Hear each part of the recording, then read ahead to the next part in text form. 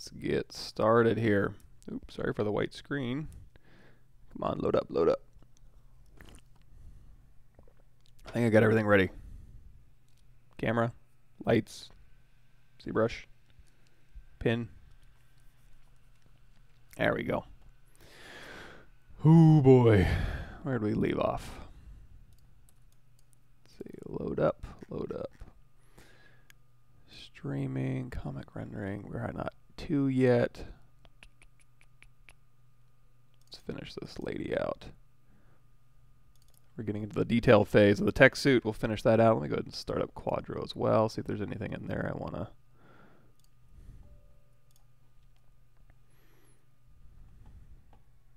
Guess I don't need to see that. Hey, thanks for showing up.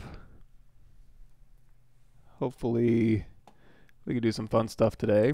I don't really have anything in particular planned. Actually, let me look up my streaming topics, see if there's anything pressing I needed to go over today.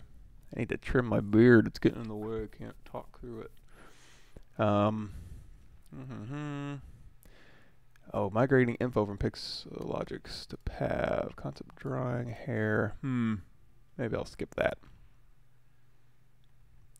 Prepare a little bit more for that.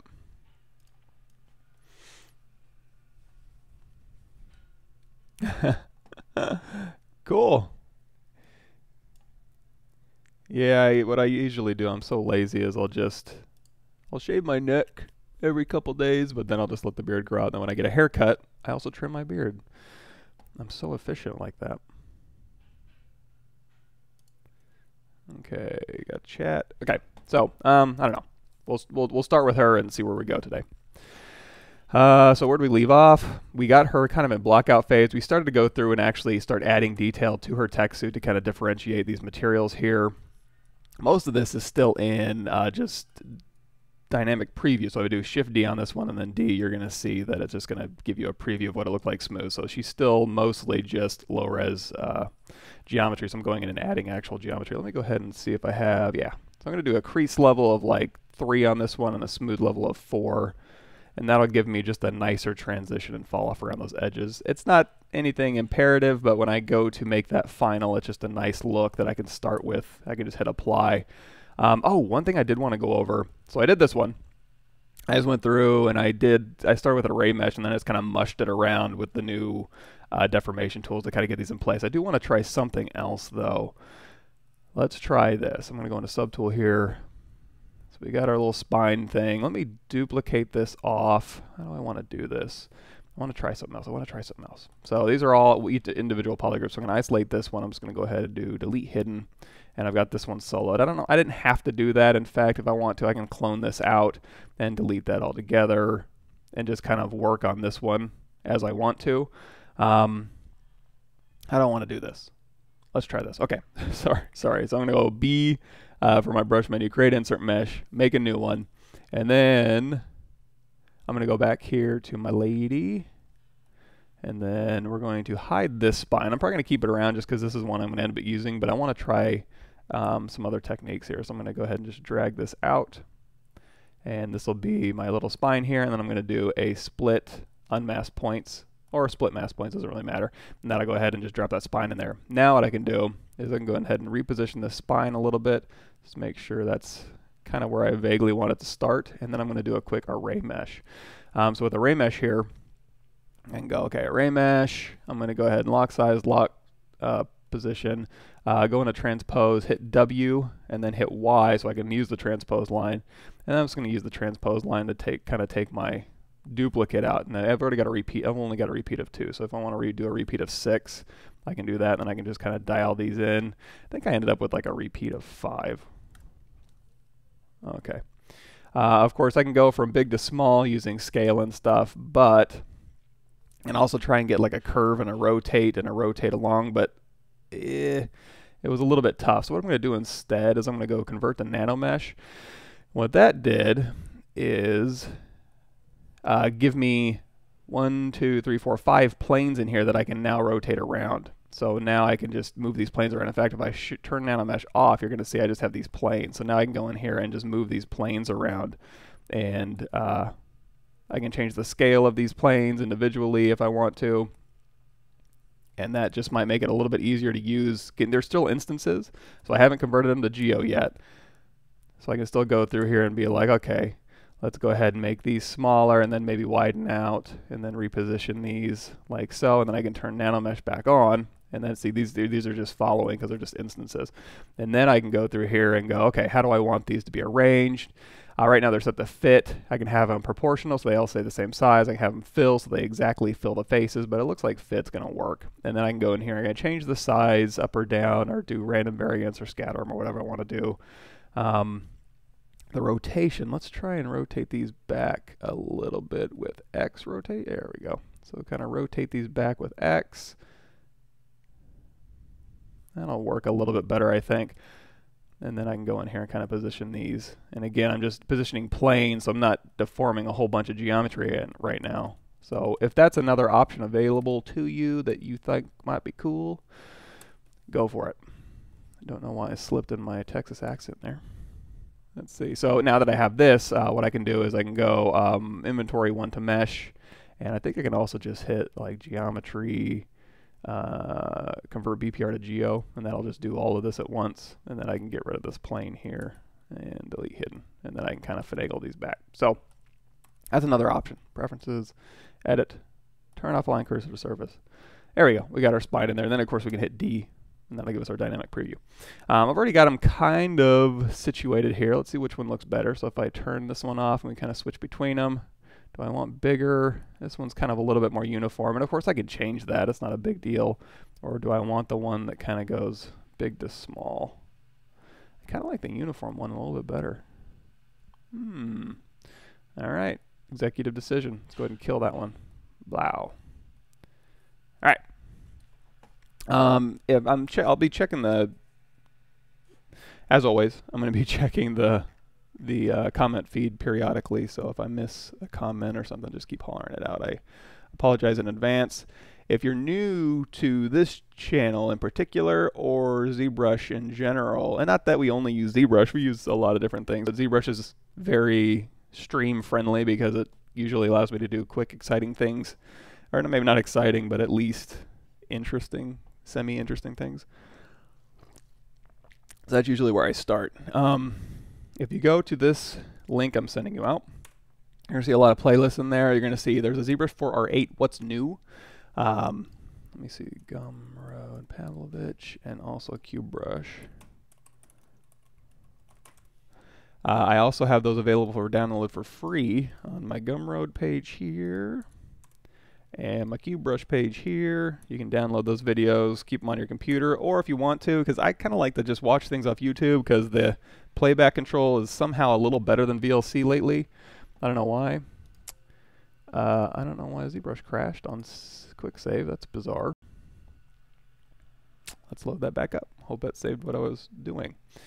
Oh, that's another thing too. So while you're in ZBrush, if you are working and then, well, let's see what my preferences have. So under preferences here, we've got, oh, we were going over the comic book rendering. We'll talk about that in a bit. Preferences, undo history. No, we're looking at not performance. What am I looking for here? Quick save. So maximum duration, while you're working in ZBrush, it'll save every 20 minutes.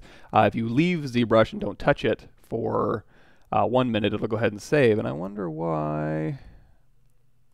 I mean, we got a recovered Z tool, so we didn't lose anything here. Strange. Let me hit quick save. I just want to make sure I don't have a corrupt file moving forward. Yeah, we're okay. Huh. All right. Where was I? I got that. We were talking about movies or something. But yeah, go to those things. Oh yeah, so I like to go on YouTube, and their playback controls are pretty nice, so I usually watch everything at 2x speed. If you want a really intense experience, watch Paul Gabriel's videos at 2x speed. Let's see. So hey, everybody's doing. Thanks for showing up. Thank you. Achior says, I'm always concerned about the border on the leather parts. Are those models with extrude or with the curve? Thanks for sharing. I kind of do a little bit of both. On these ones in particular, I did it with the curve brush. So let me demonstrate that a little bit, because that's That might be useful. So if I take, for example, I'm going to alt tap this one, and let me just duplicate this off. So I'll keep this one around, but I'm going to work on this one, and we'll go ahead and get rid of that, because these are all separate. I move them, I put them together. So I have, you see how if I hit Shift D, these are all low res, and then if I go over here, I can move these together. Or if I hit Control D and start sculpting, I can kind of sculpt them together so it looks like the piping is going along with the cloth there. But if we don't have that, so I'll do Control Shift A. So when I'm doing this, I'm hitting Control Shift and tapping that one top poly group here, and then if I do Control Shift A, that's a visibility grow all. That's in your visibility menu down here. And then what I can do is just do a delete hidden. So geometry, modify topology, delete hidden. And then I'm just left with this mesh here. So this is the mesh that we made. It's just super low res. You could use ZRemesher for this. I think I used Z-Sphere retopology. So once you have this, you can go ahead and either frame this mesh. You can go like brush, curve.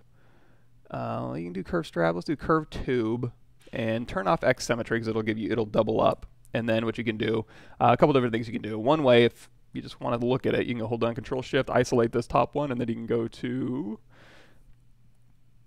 I'm so burpy this morning. Just go to stroke, go to curve, and then under here you can go frame mesh. In this case, it's going to frame a border because that's all that we have available to it. It's not going to, well, I guess there is creased edges on the border as well, and there's also a poly group, but frame border is what you're looking for. And then now that this is a curve, you can just go ahead and replace this with a tube, or like we've talked about before, you can go into your brush curve menus or your brush insert menus and grab anything and just replace it with, you know, whatever curve that you want. It'll automatically update. If you need to, you can go ahead and just reframe that mesh. So let's go ahead and just hit that delete curve. Well, let's go ahead and undo back to before the curve went on there. There we go. And now you can reframe this. You can also like drag it along there if you want to.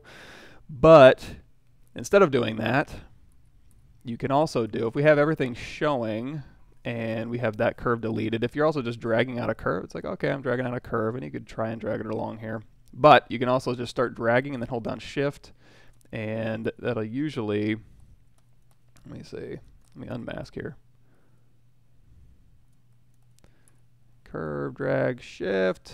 It'll sometimes snap to the underlying group here. Let me see if I can get something a little less thin. Might be interfering. Let's grab a sphere here, edit mode, make polymesh 3D, Control Shift, slice curve, and then, oh wow, it turned off our curve mode for this brush. I didn't touch it, did I? Make polymesh 3D? That's weird. Okay, we'll turn curve mode back on. There we go. So now that we have curve mode on here, if I hold down Shift, no. Maybe it'll just do it on an open border here. There we go. Weird, but it doesn't do the whole thing. Yeah, looks like it kind of busted this brush here. Let's do brush, insert, army curve, and we'll grab a string of bullets here. Not sure what's going on there, but usually you can just hold down Shift and it'll also go through there and snap around. Now another thing is if you don't have, you just have one poly group here, you should be able to also go around the object. There we go. And then you can hold down Shift. If you go off the object, it'll go around. If you hold down Shift on a poly group, it'll go ahead and frame that poly group, or you can isolate that, just frame it, and then tap to select. Anyway, you can certainly do that to put your piping in, and that's fine. What I ended up doing is just something a little bit simpler. So I went over here to QMesh, polygroup all, and I think probably what I did was duplicate this off temporarily. I'm going to hold down Control Shift. We'll get rid of that top group. So I'm going to hold down Control Shift, isolate that top group. I'm going to go back to Select Rect, Control Shift drag to invert, get rid of this one. Go ahead and delete hidden. And now when I go through here, you're going to see I just have that thin strip here. So now I can go through here. I can do a Q mesh or an extrude polygroup all. I can just pull this out. So I can go back here. You're going to see, let's go ahead and just hide everything. Put those two here. So now I've got this pulled out. If you want to kind of go in a little bit, you can go through here and just hold down Shift, so it just pulls along that surface normal, and then you can pull this out. If you want to have thickness with a dividing line, you can just pull out, or again, if you just want to move along the surface normal, just hold down Shift. Now this is doing polygroup all, so we've got polygroup same on the top and the bottom. If you just want to do the top, go to polygroup island, and it'll just pull this one out. But in this case, usually what I do is just do polygroup all. Make sure it's bending all the way. And then I've got this, and then I can go over here. I got crease polygroup selected. I can hit D, and that's going to give me my dynamic preview. And then on this one, I can also hit D, and that's pretty much what I have. If you want to kind of sharpen these edges up a little bit, you can also go in here to your, what are we doing, crease tolerance here. Drop that down. And that'll kind of start creasing some of these corners in here. Or you might have to go in here manually and just go through here and be like, I want this one creased. Hover with, you know, this is obviously Z Modeler Brush, BZM, crease, edge loop complete, tap, D, and then there you go. And then if you want this mirrored, which I totally forgot to turn X back on, we can just do a quick mirror and weld. Same thing with this one.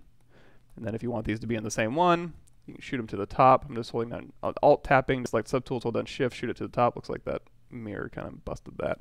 And then we'll go ahead and merge these down together. But for this one, let's undo that. Let's do a quick...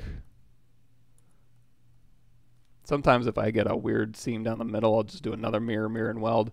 Or you can go through here and just collapse those middle ones. So that fixed that. And then again, we can now just merge those down.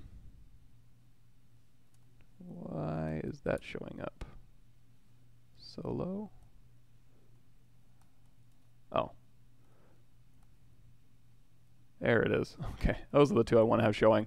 And now I can just merge those down. They still have dynamic turn on, so Shift D and D just kind of keeps those together. And now I can just move these around. If I want to split them back out, I can obviously do that.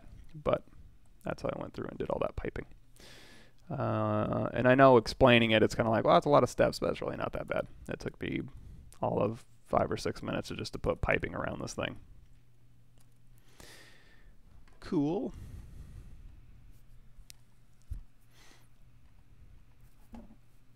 Hey from Germany. Thanks for showing up. Thanks, Claudio. And the Ukraine all over the place. And I guess when I go on this early, most people are asleep where I'm at. It's 6:17 a.m. my time. Does 4.8 crash often on quick save? I haven't noticed anything until just this morning, and I was like, whoa, what happened there? So I don't know. If you ever have anything weird, you can submit a ticket to Pixelogic, and they can usually track it down. They're usually Johnny on the spot about kind of tracking down anything weirdo. Because if it's affecting you, it's probably not just affecting just you. So yeah, I mean, yeah, and also that's the other cool thing about ZBrush is you can have variants too. So you don't like the spine, just go turn it off, and that can just be something you put on when you start adding more armor around this, because we do have like a big helmet and a big backpack and a big chest piece that goes into the walking mech, which, you know, I'm probably going to change that design too. I'm kind of tired of it.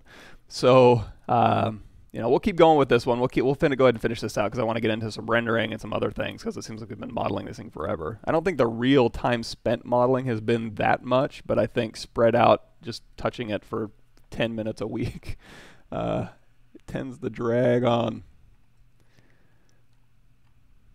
Cool. Thanks for the kind words. Glad the tutorials are helping out. And just in case you're just showing up here, just go here, and the new 4R8 stuff's on there. Oh, there was something else with 4R8 I wanted to talk about with the live booleans. It was, so we did the thing where, oh, the panel cuts, and it was doing like the diff and the intersection. Oh yeah, I was gonna do a kind of maybe see if I could do a macro or something that would just do a quick like duplicate and diff, because, you know, the whole reason of not doing it kind of the Maya way was it was going to cause coplanar faces. But it is nice to have that functionality because, well, even with that functionality, it was giving me problems. That's something I need to think about harder, because when I do it, let me show you guys what I'm talking about. Instead of just talking, make polymesh 3D. So we got a cube here. I'm going to go down here to initialize, make it a cube, just to kind of simplify this thing. If you want it even more simpler, let's do a cube here.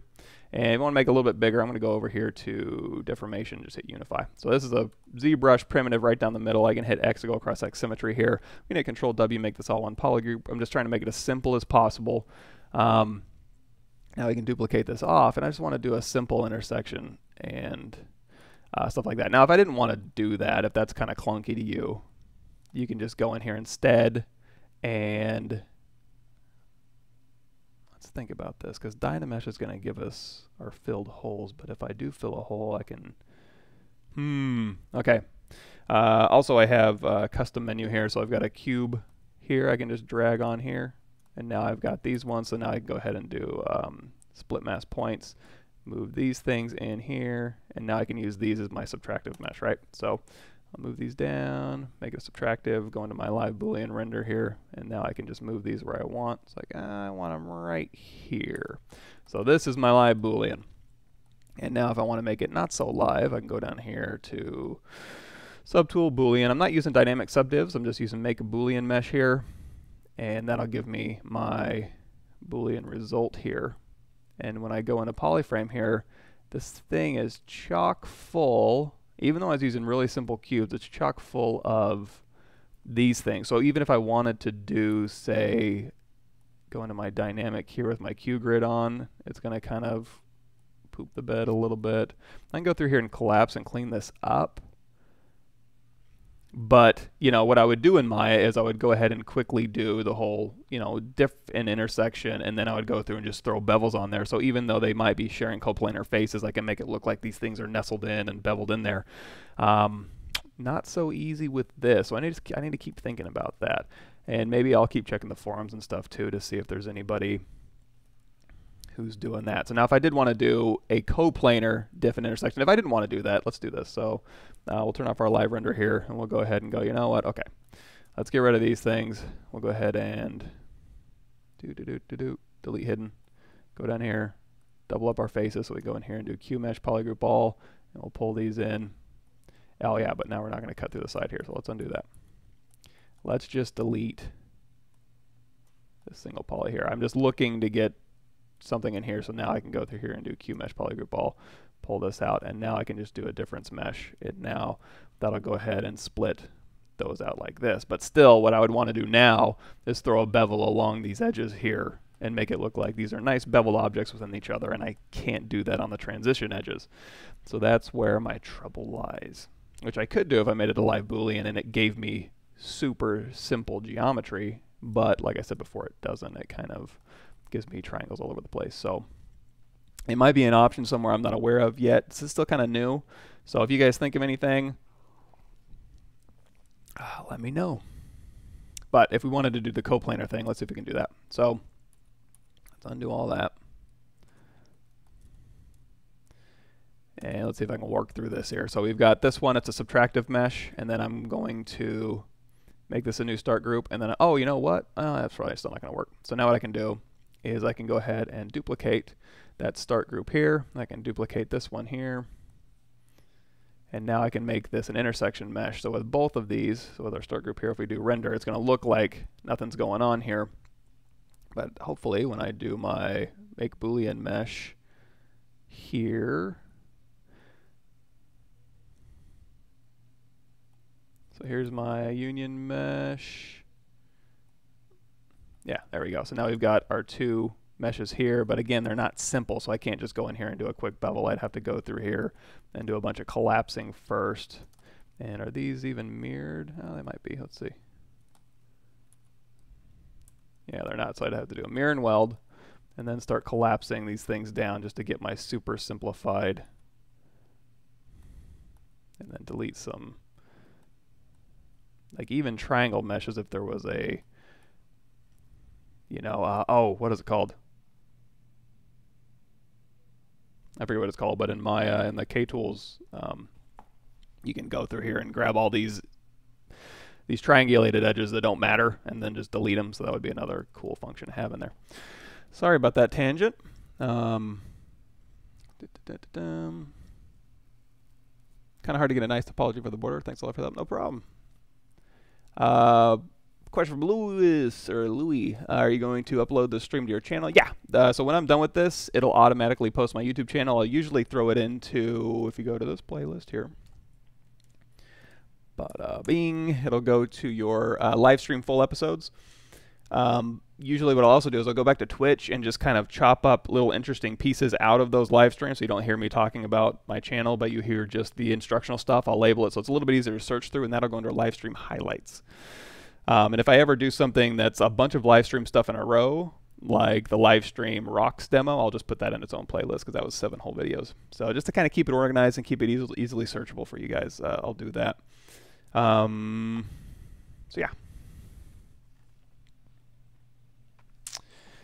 Okay, so Joke says that only works on holes, not borders. I could have sworn I was able to drag something that was just actually just a polygroup. Maybe I'm wrong. Maybe that was a fever dream.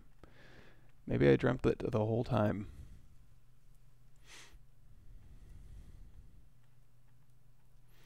Yeah, D is only for the dynamic preview here. So let's go back to our lovely lady here. Go out of solo mode. So, well, it is if you don't have subdivision history. If you do have subdivision history, D and Shift D actually, I think, steps through your division history. So if I hit Control D, that's going to add actual subdivision levels here. So now if I hit Shift D, it goes down in my subdivision, and then D goes back up. So assuming you don't have any subdivision history at all, so you haven't hit Control D, D and Shift D turn on this dynamic preview here. That's what that does. So it does two different things depending on how your model is set up. Question, how did you learn everything you know about ZBrush? By clicking everything and see what happens? Sometimes, yeah, that's how I will find some stuff out. And usually ZBrush is fairly consistent on, like, if you hold down Alt, there's like an alternate thing. If you hold down Shift, it'll do something else. If you hold down Control Shift or Control, it'll do different things depending on what you're using. So sometimes just holding down Shift and clicking something, you'll find some happy accidents. But for the most part, it's just been going through the manual and just kind of trying to figure it out. They've been really good about just recently, not just recently, but relative to the last 12 years, doing their YouTube channel stuff. You can watch that. On their live stream stuff, I do their live stream on their channel. Let me see if I got that link right here for you real quick. So if you want to see my stuff in particular, these are here's the lady with a cloth on her head. Here's my live stream channel that I do for them. And then if you go to their YouTube channel, there's a ton of people who live stream for them. And also Joseph Drust and Paul Gabry do their own stuff. So a lot of information on there. And then, of course, hashtag Ask ZBrush has a lot of the common questions that pop up a lot. So ZBrush 4R8 always crashes in 30 minutes. Is there a solution for this incremental save plugin, for instance? Maybe. I haven't had that problem. I've been using it quite a lot. This morning was the only time I've had it kind of do anything weird for me. But I'll keep an eye on it and see if anything pops up. Hey everybody, thanks for showing up. Oh yeah, and that was so that macro down here, I think I got that from Pixelogic. It was a polished polygroup border. And if my macros are acting weird last time on their live stream. We can try and do one today. How it's supposed to work, I think. If you want to do a macro here, I'm trying to think of a simple macro you can do. It's basically all the macro is, and also over here in the Z script, you can also do a record here. So you can begin recording what you're doing, or you can go over here to macro, create new, and it'll start recording as well. And all it is like an action in Photoshop that you just like hit record action and then record what I'm doing and then stop. And then if you want to, you can go and edit the text file that it creates to kind of fine tune that. And then you have a little button that you can replace my polygroup border here right there. So if you can actually move the button on the interface, or you can hold down Control Alt and click your macro and then assign that to a hotkey. And it'll go to your startup folder, so it'll automatically bring your macros in every time you start up ZBrush. Yeah, dynamic preview, if you want to turn it on and off, is just D and Shift D. If you never want it to happen, that I'm not sure. Like if you're like, I never want dynamic ever, because I accidentally hit D. You can, I mean, it'll usually warn you like, hey, do you want to turn it on? But I think, yeah, D and Shift D is what toggles that on and off, if you don't have subdivision history. Is there a way to do a macro for retopology? Probably. I wish there was a macro to do all the topology. ZRemesh is probably the closest thing we have to that so far. But yeah, topology is definitely not one of my favorite things. If this ever happens to you, just go to dot stroke and then go back to drag rect, hit Control and clear your canvas and drag that out. Obviously, when you're dragging stuff out, make sure your Z intensity is set to 100 so you don't get a weird flat mesh.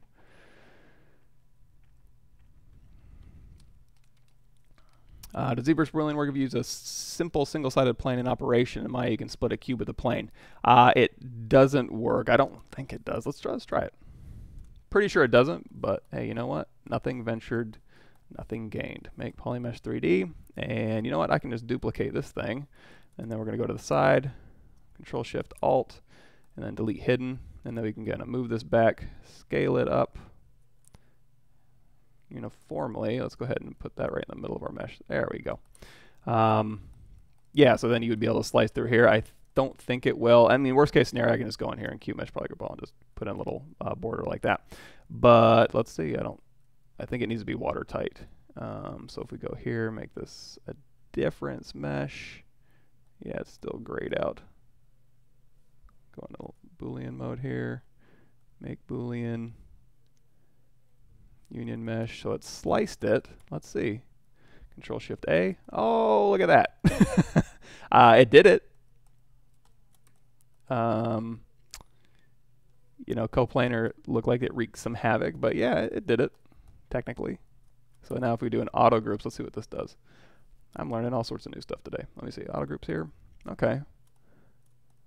Got that one. Got that one. So okay, yeah, it did it. You'll have to do quite a bit of cleanup on this face here. Or could you try, let's do group by normals here. Oh, it still grabs those pretty well. Let's see what ZRemesher does with that hole. Let me see. Let me do a quick fill hole. Let's see. Delete hidden. Close holes. Control W. We'll group by normals, and let's see how ZRemesher handles this.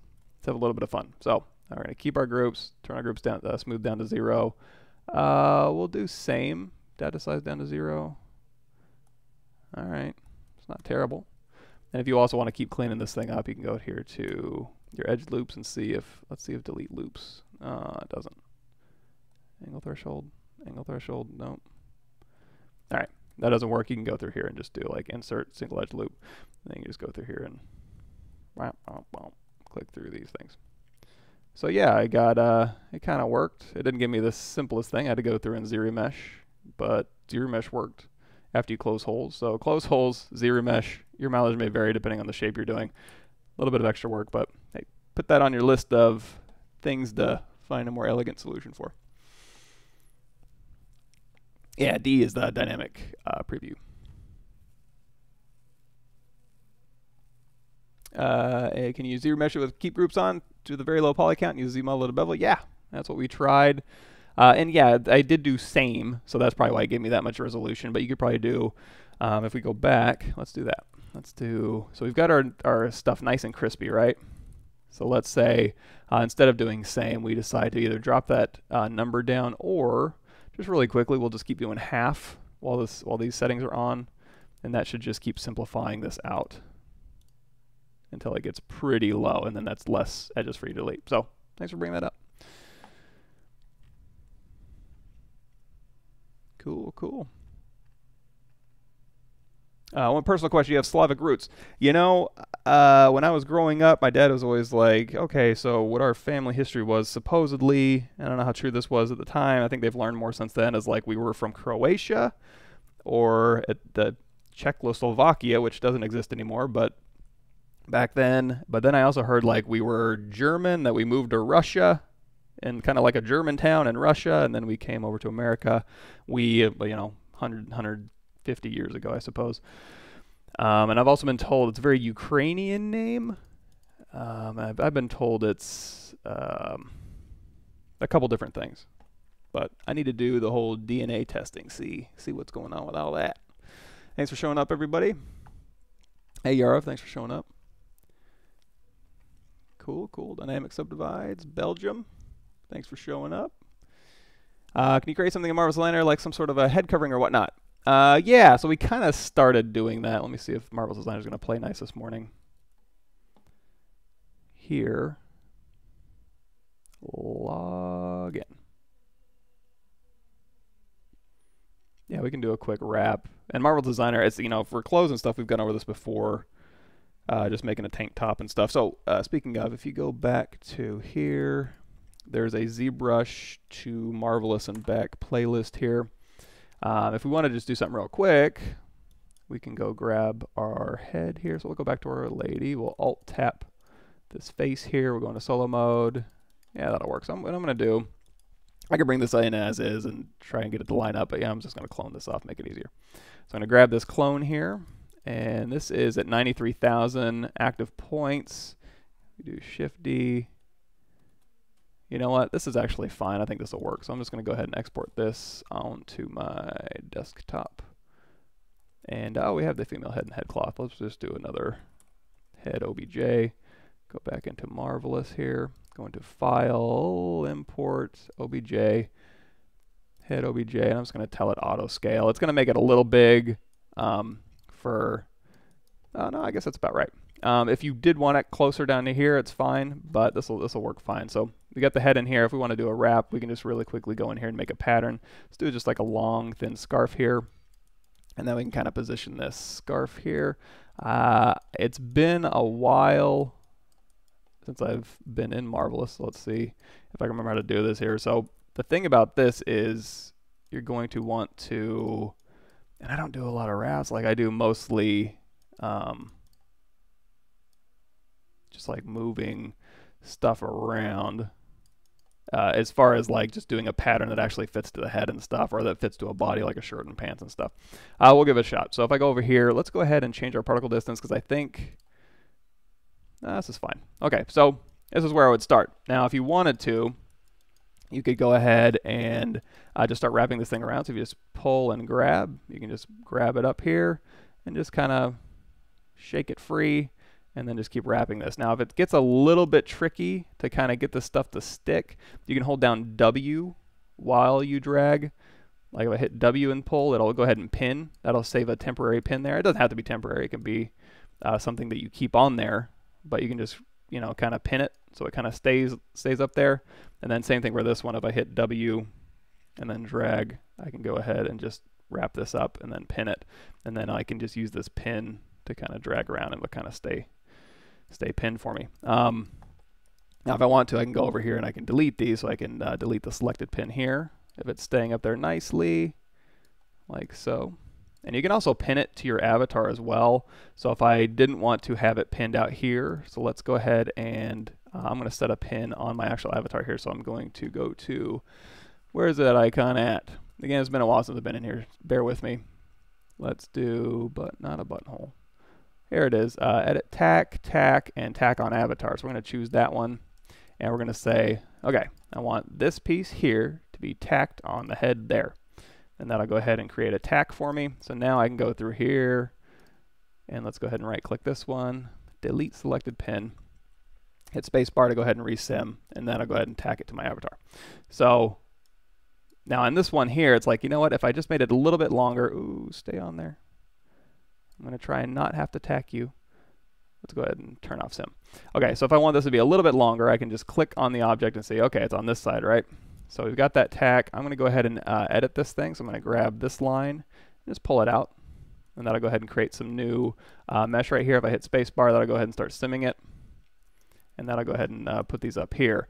And now this one I might have to wrangle. So what I'm going to do is I'm going to hit spacebar. And again, there's probably much more elegant ways to do this. I don't do a whole lot of scarves or anything like that. So honestly, you could probably Google this and find people much better at making scarves than me.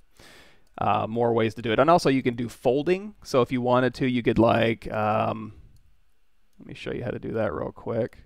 You can put a internal line and you can fold along that internal line, and then you can delete that internal line so you don't get the fold. So that's just a little easier way to kind of fold this thing around, as opposed to just dragging it around. That might be a little bit easier here. And you can also do, if you wanted to, you could spin the head around, or if you wanted to do wraps for an arm, you could have an arm and then save out other versions of the OBJ where it rotates, and that way you can bring those in as morph targets, and your arm will spin, and you can have the cloth kind of simming onto it, so you can kind of spin the arm underneath the cloth and have it wrap that way. A lot of different ways to do this. Come on. And depending on the type of clothing you want, or the type of cloth that you want, if you want it a little bit, you know, depending on how you want it to sim, first thing we're going to do is we're going to go ahead and select this here, and we can say, you know what, I want this to be particle distance of 10. That's going to give us a little bit more resolution on our mesh, and that'll sim a little bit more accurately. And then we can go in here to our default fabric, which is what we have on here, and we can say, well, what kind of fabric do we want? And with that selected, let's go ahead and go to our presets here, and we can change it to whatever. We'll go ahead and do our trusty jerseys, whatever. your jersey mesh here, and then we've got this wrap. Now if we want this thing while it's simming, let's go to File, Export OBJ, and we'll just throw that onto head wrap. Okay. And the reason why I export the wrap along with the head is just for placement. So when I go back into ZBrush, actually let's go back here and we'll pause that.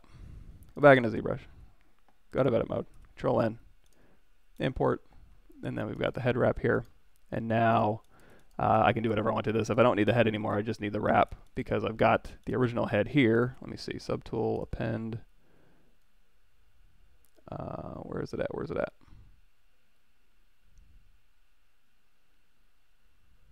Head wrap, there it is.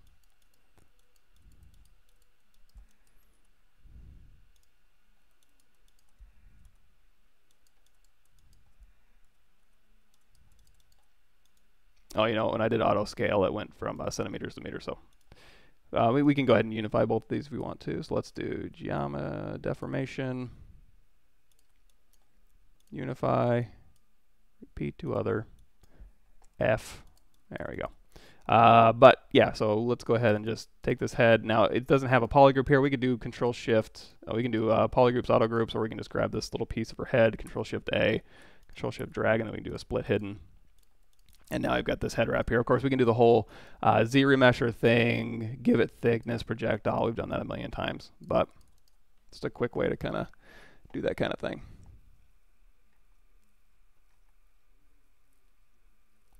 Okay, let's see. Hey everybody, thanks for showing up. If I miss your any comments on here, just keep shouting them out. I'm kind of trying to go through really quickly and scroll. So I'm doing this through 3 different things right now, so I'm getting 3 different feeds of comments, so it can kind of come fast and furious sometimes. Recommend any subtools for creating connection points for a model you plan to 3D print? Yes. Well, Joseph Druss has a really cool one that you can use. If you watch that live stream, he basically put them in the knees and the arm joints that go ahead. It's a live Boolean thing. I don't have any. I don't do a whole lot of toy 3D print stuff, but keep your eyes open. I'm sure very soon, if not already, there should be some stuff you can use to do the whole pin rotation axis thing. That's just a live Boolean. Hey, Live Lover, thanks for showing up. Weekly CG challenge on Facebook. I haven't. I'll have to look that up. Do you teach texturing in Mari? It's been a while since I've used Mari for texturing. I've been on the game res side for a long time, so I've just been using Substance Painter and Substance Designer, mostly Substance Painter. So probably I wouldn't be very good at teaching Mari at this point. I'd have to do another deep dive and probably relearn everything. That's part of the problem of learning something, using it passionately for a month, and then never using it again for like 2 years. Is like to have to start over from scratch pretty much. Mari's capabilities, ZBrush poly painting system, which would you vote for and why? I like ZBrush just because, you know, I'm already in ZBrush, so I can just start poly painting. But as far as just like layering stuff and having a little bit more flexibility, and also, I mean, Mari's more capable on the texturing front because that's kind of what it is. It's just a texturing program. So I would expect it to be a little bit more robust on just the painting texturing side. Now, if I had the choice of doing game texturing with Substance Painter on Mari, I would definitely choose Substance Painter just because it's a little bit more robust on the procedural side. So a lot more drag and drop functionality, and also the ability to keep everything nice and consistent between artists, and you can go to a shared library. And not that you can't do that in Mari, but it's just a lot faster and easier for a production pipeline, I've found. Your mileage may vary. Again, just my opinion. The playlist, I mean, I don't have a playlist for learning Marvelous. I went to, Marvelous is actually a pretty concise program. You can just go through, they have their own videos on their website, and really the thing with Marvelous is the pattern stuff and the simming stuff is super easy. Like, you'll learn that in a day. The really hard stuff is going through and fiddling with these parameters down here, the physical properties. So if we go down here, the stretch and bending and waft and weft, internal dampening and stuff, even this stuff, it looks kind of crazy, but it's also not too complex. But getting these things to play nicely in the way that you want to create the fabric that you want, That's really the hard part. So that's one hard part. The other hard part is doing something specific, like problem solving your way around a pair of cargo shorts where you've got inside pleating that kind of folds on the shorts so they can kind of expand, and then looping stuff over. That stuff can get a little bit hairy. There's tricks around it, like for example, if we go here, I forgot I was going to show you guys the folding. So let's go ahead and see reset 2D arrangement here. So here it is here, and we still got that pin here. So let's go ahead and do edit, tack, and we just delete that. All right, so we just got a pattern here, and let's go ahead and delete that pin that we don't need. Let's see if we can just delete all pins. There we go.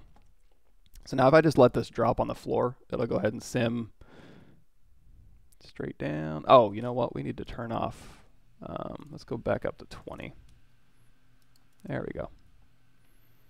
Now, of course, I could have just moved that down and not have it had to drop on the floor, but you know, it kind of does interesting things.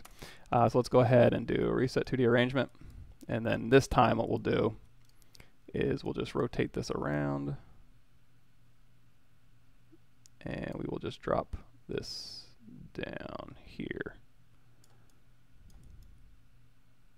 So now, like if you were folding pockets and stuff, you can just drop it on the floor. Sometimes I'll do that, just as something simple. You know what, and this is really long, so let's go ahead and shorten this too. We don't need to sit here and wait for this. So I'm going to go back in here. You can also do it with the fold pattern, so you can go in here and just drag this. I thought you could. There we go. You can drag this fold pattern down and just kind of scale it down like this. And if you wanted to do just one, you can hit Z, and that'll be more of a component selection. And you can just drag this down. A lot of really close to stuff you can do here. But anyway, let's go ahead and move this. Oh, whoops. Move this away, and then like say we needed to fold this into a pocket here, so we can go ahead and just drop that on the ground here. Yeah, we can go, okay, I need to fold this thing, so I'm going to go over here to my internal lines. Let's see, internal pattern line here, and I can click here and then click here and just double click, and now we can just fold along these lines here. So with those selected, I can go over here to my, again, it's been a while since I've been in here. I usually do a lot of Marvelous Designer work all at once, and then I don't do it for a long time here. So going in here and like looking at these tiny icons that have all changed since the last time I used it, it's a little bit trying on my old man eyes. Where are we at? Where are we at? Fold.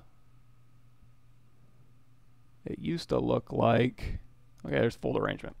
Okay, so if I click this thing, I can just go through here, and again, it's a little bit easier. Instead of trying to like twist and push these things, you can just go through here. Then you like fold this together. You can fold this down. You can take this one and you can fold this over here, and then you can take this one and you can fold this.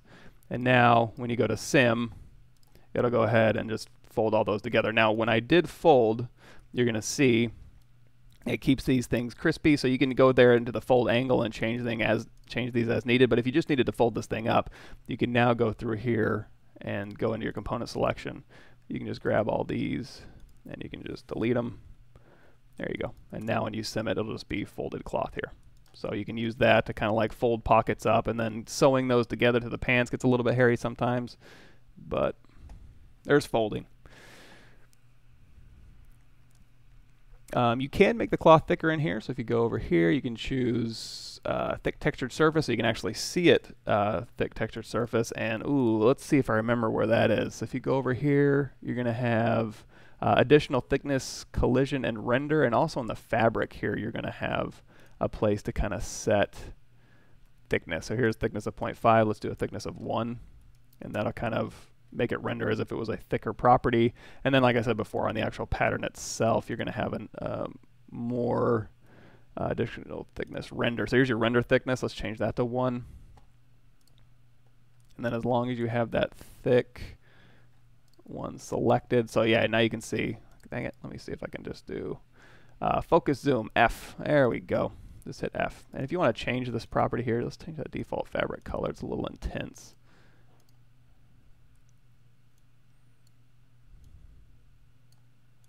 There we go. So you can kind of change that thickness in there. You can also do cool stuff. Let's see if I remember how to do this. This is going to be a test of my memory today. Let's take this one. Turn the sim off. Let's go ahead and reset this 2D arrangement. I'm going to go back to my thin surface here. And I apologize in advance if I fail how to remember how to do this. Again, I'm in and out of Marvelous a bunch, so I got notes on it all. I can usually go back to my notes pretty quickly, but let's see. So what do you do first? You take these internal lines and you kind of cut through here. And then if you take this one, you can copy, or you can offset his internal line. We can do every 5 millimeters. Let's do every 25 mil. Now let's do 75. Let's do 125. There we go. Hit OK. And then I guess I can just keep redoing that. There's a way to do, oh man, there's so much. Let's see, just copy. And then we're going to do a paste. I'm just going to hold down Shift, and then you can just dial in where you want it. And then let's paste again. And we'll paste again. And there's a way to do this as a pattern too. So you can do like multiple. So when you do the offset, you can dial in how many of the offsets you want. Let's do that. Let's do it the right way. So it's a very precise program. So let's see. I'm going to do copy. Let's do offset an internal line. We'll do it every 125, and we'll do like 6 maybe. There we go. Hit OK. That's better. So now that we have these, we can also do it lengthwise if we want to. So we can go ahead and do, let's do an internal line here to here, and then we'll just copy paste that. And we'll just hold down Shift, and we'll just move this down. Now if all these internal lines here, oh boy, do I remember how to do this? If we grab the pattern and we say layer clone over, we want to copy, and then we want to paste.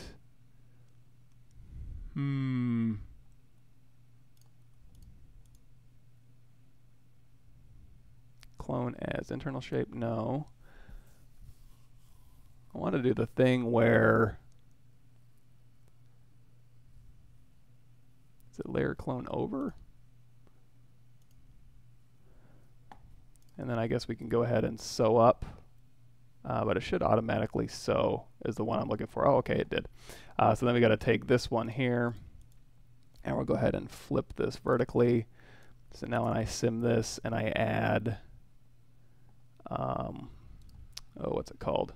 Pressure. So we'll add a little bit of pressure here. No. What is it? What is it? Oh, you know what? Maybe I need to take this one and we'll flip this one vertically here. No. There's a way to kind of go ahead and have this like inflate and have all these things sewn. But maybe I don't remember how to do that exactly. Let's take this down to 1 here. And it's still going up. So let me see. Take this one. I want to select this top pattern here, and that one looks right. This one looks wrong. Let me flip this one vertically.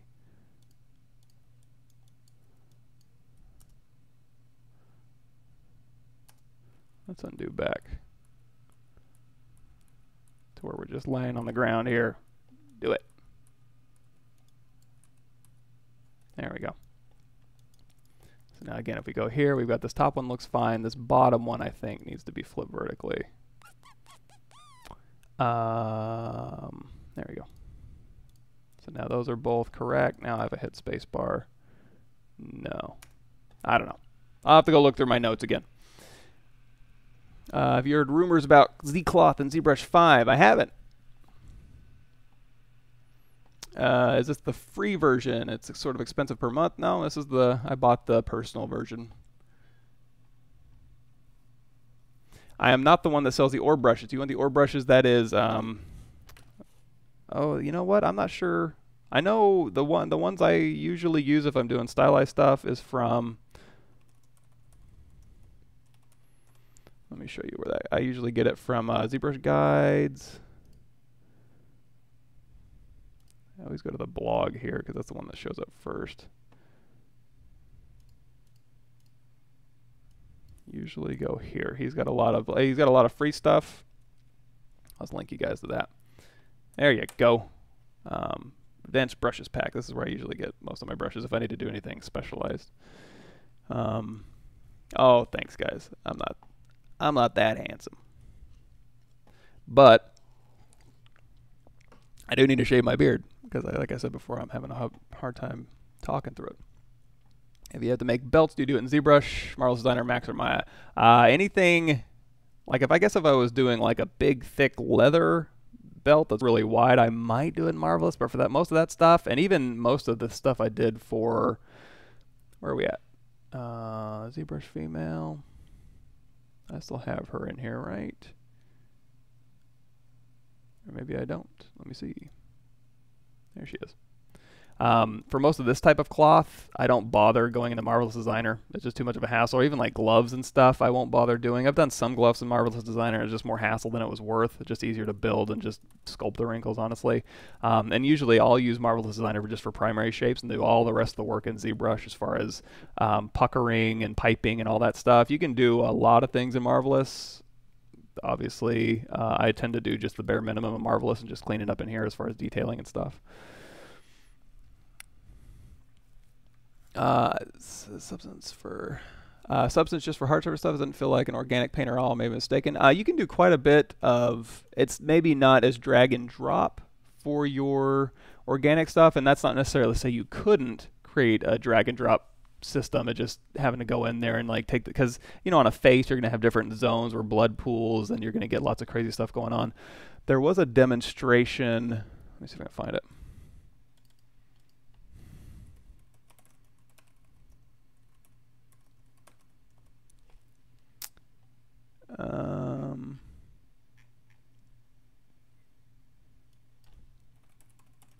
There was a demonstration with some really, really good quality results. I don't really, here it is. Let me view page here. It was by, come on, my internet's not that slow. Go to the YouTube here. Oh, this is the feature updates. Dang. Well, anyway, in this feature updates here, this sample face that you see is they did a demo of painting this thing. So but it's not like drag and drop. You have to go in and actually paint skin and stuff. So, and also they have the new XYZ texturing XYZ pore details that you can like clone in or just mask in where you want those details to go, or you can stamp it into. So it's pretty robust.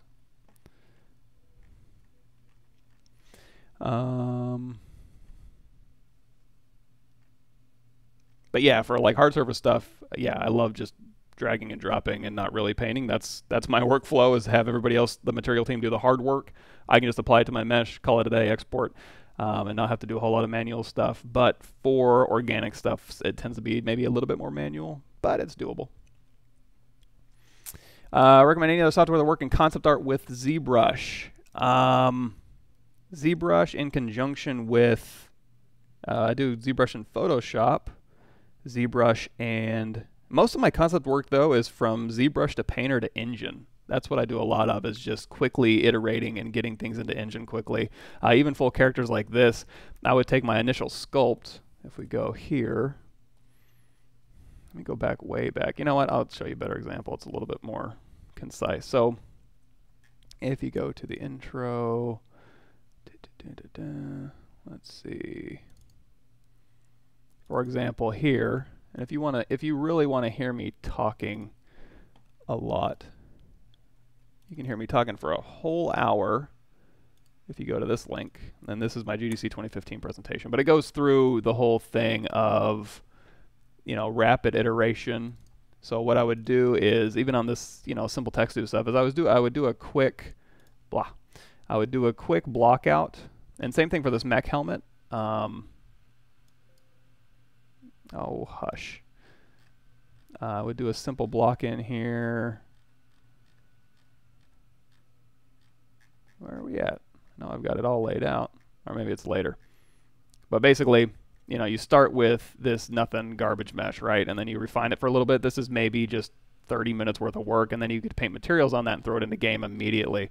So we ended up doing that with the GDC female that I made just for this presentation. Skip all this stuff. So basically, going from your sketch, which is just maybe 4 hours to kind of figure out where stuff goes, and then you refine it for maybe the rest of the day, and then you start doing your form refines the next day, and then you start detailing it out the day after that. Now we're talking like 5 days of production. It's not crazy, but that's assuming you're not having to go back and forth and do a lot of concept work or figuring things out. This is just pie in the sky, just throw something in.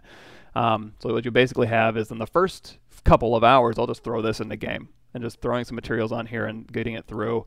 This is the sketch refine. So at the end of the day, I would throw this into Engine and just have it running around and making sure that everybody's happy with it-ish, and then getting feedback. Once they're happy with that, then I'll start the form refine process. And still every day I'm getting things into Engine so that it can be evaluated in context. And then finally, you know, this will be the final mesh just with auto-generated UVs and mesh. And you can see maybe it doesn't shade beautifully, but it works. And then here's the full final in here with, you know, all the right smoothing groups and stuff. You'll see there's not a whole lot of difference even between all the way back here to here, especially in context. When it starts getting here, you know, I've changed up some of the material breakup, but realistically it doesn't really change all that much. And I'll GIF plays.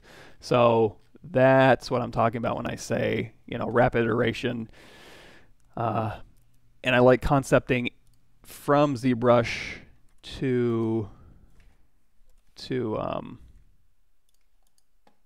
Engine, because there's no point in me being like, well, let me do this and take it into Photoshop and paint on it.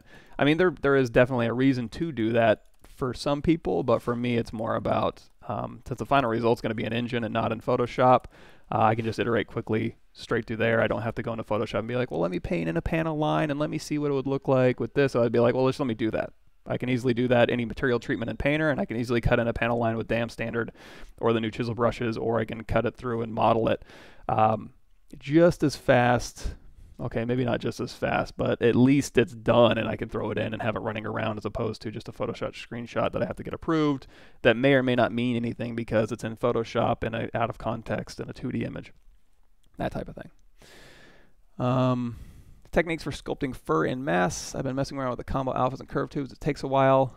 Yeah, and depending on the type of fur you want to do, there was one, if you go here to the ZBrush beta forums,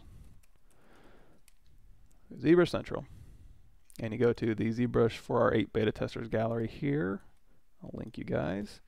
You can just Google, anybody watching this after the fact, just go to the ZBrush Central. It should be on the top upper right. Beta testers gallery. There was one in here that was, if you're doing stylized fur, you can use the new vector displacement alphas, so we can kind of step through that if you guys want. I think it was on 4. So I'm on page 4 if you want to see the little thing I made. Oh, and if you are just showing up, go to this link here, and you can check out the ZBrush 4R8 What's New. So there's 61 videos in there, about 4 hours exactly almost of instructional videos you can check out. Oh, here we go. So in this one here, ZBrush beta testers, make sure I give credit where credit's due. Oh, okay, so this is the guy who I linked to his ZBrush page, Pavwork15 on ZBrush Central. He did a lot of this cool stuff here. And he also did vector displacement meshes of just these different types of vector displacement meshes that you can just go through and just drag out. Now, this doesn't mean you could do drag rect stroke and just do one by one. You can also just throw them in here. Let's do something fun with that. We'll play around with that a little bit. So if we wanted to do a furry spear here, we need vector displacement. So what I'm going to do is go into, let's make it easy for us. We'll go into project here, maybe. And we'll go into miscellaneous. I'm going to go to the brush 3D template. Okay, so now that we're in here, we can go through here. And again, this is just vector displacement. So I'm going to grab my snake hook here, and we'll do like a fur thing. And then we can go up here to geometry and subdivide this up. We can also smooth this down and say this will be fur number 1. So I'm going to go ahead and do a brush. Under our brush settings here now, we have brush. Create, and we're going to go create, we can do brush from mesh, but first we need a brush that we can kind of steal from, or at least use the properties of. So I'm going to go and grab this chisel 3D, And there's a lot of cool Chisel 3D stuff in here. If I want to start with one of these, I can take this vector displacement and kind of use it. Of course, I'm going to want to crank up that resolution to kind of get the full effect there. Let's go ahead and turn that lightness up a little bit, like so. But we're going to be recreating this brush. I'm going to take Chisel 3D, and we're going to go ahead and clone this off. And now we're just going to go through here, and we're just going to hit delete mesh, just to kind of get rid of all those things. And now we have our own Chisel 3D one brush with nothing in it, possibly. Yeah. So now I can do brush from mesh, and now we've got our own plane 3D that's a vector displacement because it's in there now. So now what I can do is I can go ahead and I can undo back through this, or I can go, you know what, let's go to deformation, and we'll do morph to grid. Let's put that all the way back. And then on this one here, we'll do one, we can mask this thing out. Invert that mask, and then we can like use transpose for some of this stuff if we want to. And we can go ahead and do another one here. Again, is use snake hook here. So we'll do 3 variations here. I'll do this one that kind of twists over to the right, and we'll go ahead and pump that resolution up here. And we'll do another, go back to our brush and do another from mesh. And we'll do one more that maybe is a little bit stubbier here. And then we'll do again from mesh. Go back to our brush here. So now I've got 3 different variations of this. So what I can do is we'll go back to our sphere 3D here. And now we're going to subdivide this up a bit. So now you can go through here with a drag rect stroke, and you can go ahead and just start pulling in where you want the stuff to go. You can also say, you know what, let's make this a little easier.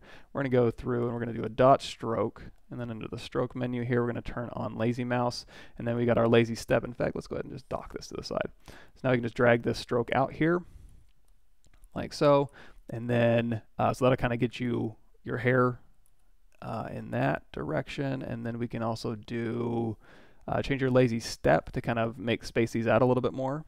And then you can go through and do let's see if we can get a little bit fancier. So since these are all basically kind of alpha insert mesh brushes, so now you can do multiple alpha brushes like here. So if I go over here to the brush chisel rectangle, you're going to see there's a bunch of meshes loaded in here that'll be converted to alpha on the fly. So now even with these things, you can use these as multi-alpha brushes. So for example, I can again change this to like a dot stroke and just drag these out. Go to our stroke lazy step, and then we can just kind of drag these things out. Cool thing about this is you can also go through here to the brush modifiers, and we can go, okay, I want to do multi-selector. So if I do one, that's going to cycle through my variations as I drag them out. So you can also mix that up with our brush. So we go to brush here, do chisel 3D. If we change this back to a drag rect stroke, you can just like drag rect out one, and now you're going to see it's just drag recting out that one here. And the reason we're using VDM is because it gives us underhangs.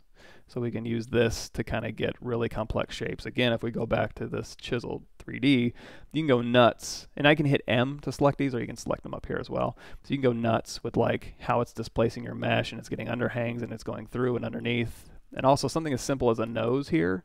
Again, just remember, you can go in here to your dot stroke and just start making, you know, crazy spines or whatever based on, let's go ahead and turn lazy mouse on. There we go. So you can kind of create spines here. Another thing I want to, you know, you can do it that way. You can also go in here to your brush, alpha and texture, and your high magnify. Now you have a magnify in here. So if you want a little bit of a different effect, we're going light to heavy to light with our pin pressure, and you're going to see it kind of inflates and bloats the mesh. And if you turn that back down to 1, you're going to get more of that light to heavy to light.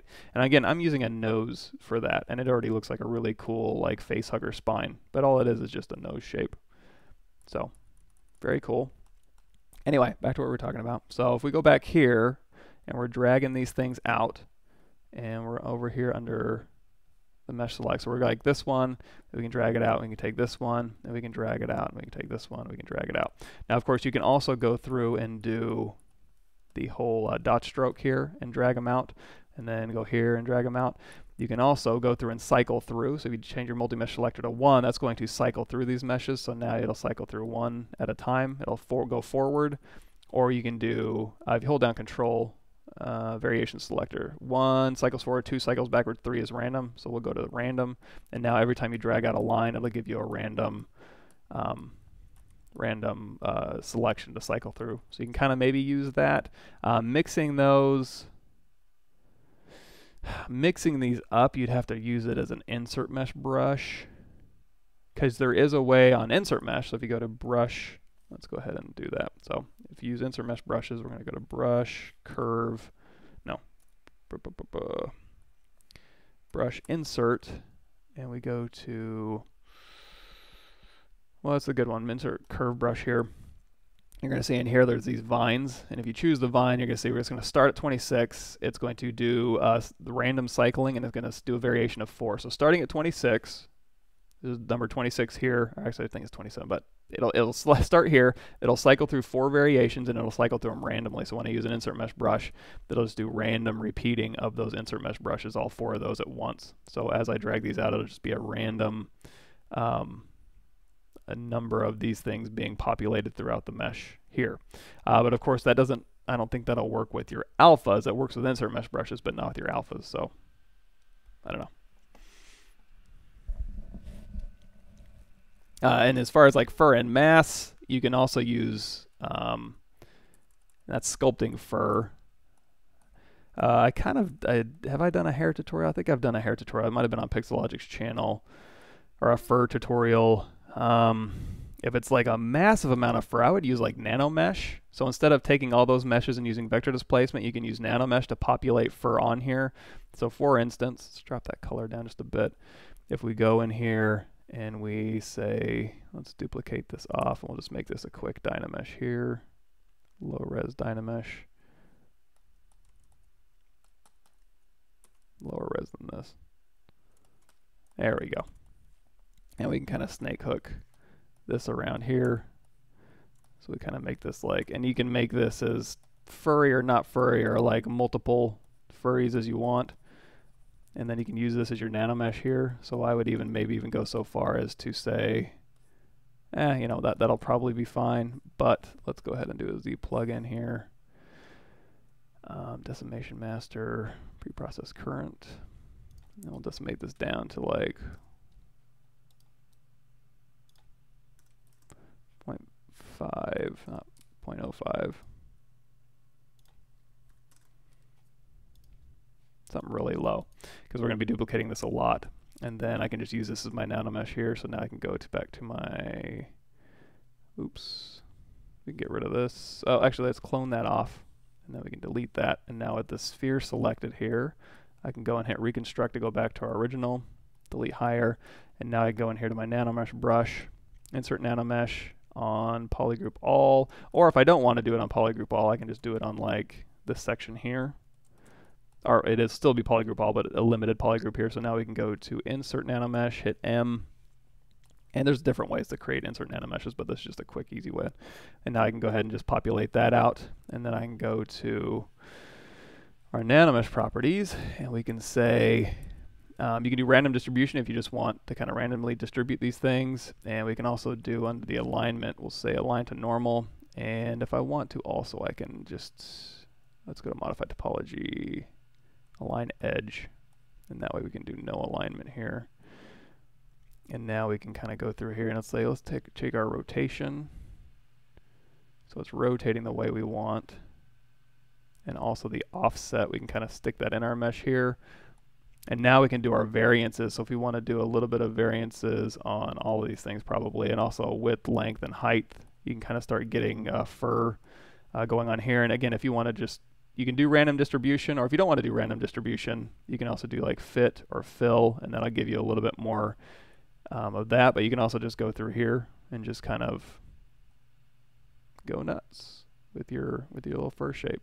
And of course, you can do multiple fur passes. So if you're like, okay, I like this one, now I want to insert another fur, so then you can go ahead and select another type of fur that you might have, which I don't, but if you want to drag it right back on here, just start dragging it out and then hold down shift, and that'll add another indice, and then you can kind of intermix different variations of your fur on here. So Z rotation,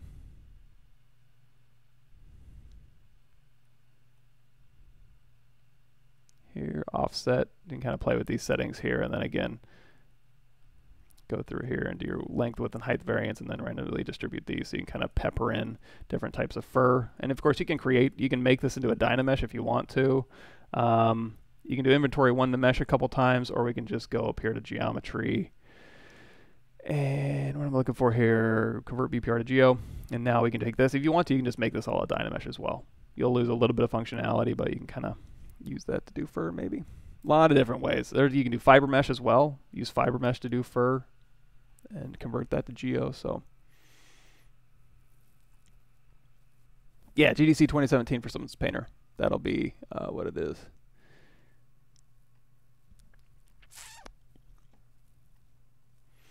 Does Marvelous need CPU or GPU? Marvelous is very CPU dependent because anything that's simulation and like vertex simulation is usually pretty CPU dependent.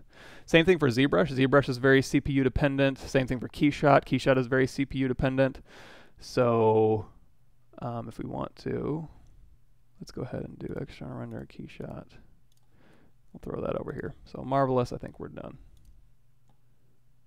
Do not save.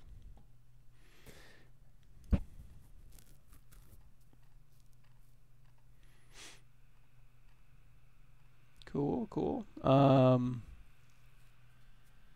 go ahead and throw this in here. There we go. Now we've got this Keyshot in here. And like I said, Keyshot's very CPU dependent, so it's using all my cores over here at 100%. And then you could add whatever material you wanted to if you wanted to do. We got multiples over here. But yeah, since this is all one model here, you can go in here and just render out whatever you'd like in Keyshot really quickly.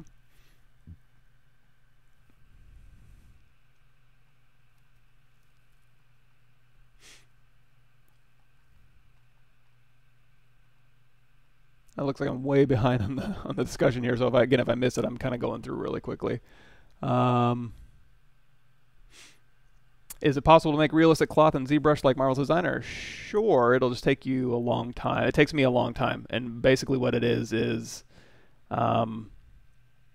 just getting some reference and sculpting the hell out of it in ZBrush. And I've seen some amazing ZBrush sculpts of cloth, but for me personally, I don't have that kind of patience, so I just do it somewhere else. It's just a lot of sculpting. Looks like it skipped here. Do you think you can integrate Substance Painter for movie designs, or as textured limits would be a problem? Probably. I mean, if you're doing it for like IMAX up against the screen and stuff, and you need your 32K painting, that might be a little bit of a deal breaker. And also doing painting across UDIMs is probably a little bit problematic still. But your mileage may vary but yeah, I don't do movie stuff, so probably not, I want to say, but hey, maybe you can. I tried to find anatomy tutorials, nothing really showed up. Specifically interested in hand and finger design. I don't really have any anatomy stuff specifically. If you go to my let me refresh this here. If you go to my live stream highlights on this channel here, and also at the very bottom of my Pixelogic live stream channel, and I'm going to update my Twitch page to have links to all this stuff as well today. I go through anatomy workshop, so this one specifically, broadcast number 1, I think, is just going through some quick anatomy stuff.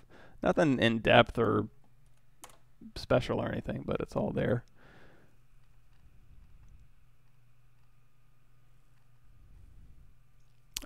Tell you a budget tablet for ZBrush. Off the top of my head, you know what you can do? I use an Intuos Pro, and that's probably as low end as I would feel comfortable going, just because I like the feel of it. But Intuos Medium Pro, they're not that expensive. I know when you go the Cintiq route, it can kind of escalate from there. But you can always buy used. These things are pretty indestructible. My first couple of Wacom tablets when I was in college were all used. I started with Intuos 1 with the little serial port. And those you can get for pretty cheap. Also, I think their bamboo line might be a lot cheaper now. And also have the pressure sensitivity you'll need. So you'll want something with like at least, I want to say 1024 levels of pressure sensitivity. But you should hopefully be able to get that going pretty pretty good. Zero mesh acceptable for in-game topology. It kind of depends on who you have to have sign off on it. I do zero mesher all the time, and with a little bit of cleanup and call it a day. Now, if you want to get really specific and really kind of dial in exactly where your edge loops are, especially in games, you have to be really frugal sometimes with your polygons. So in that case, you can use zero mesh, but then do a little bit of cleanup just to kind of optimize exactly how your layout goes. But it'll at least get you 80% there. But for testing, I use it all the time. Just zero mesh it, throw it in game for the animators, or even decimation, throw it in game and just copy weights. That usually does the trick too. Again, just for quick iteration.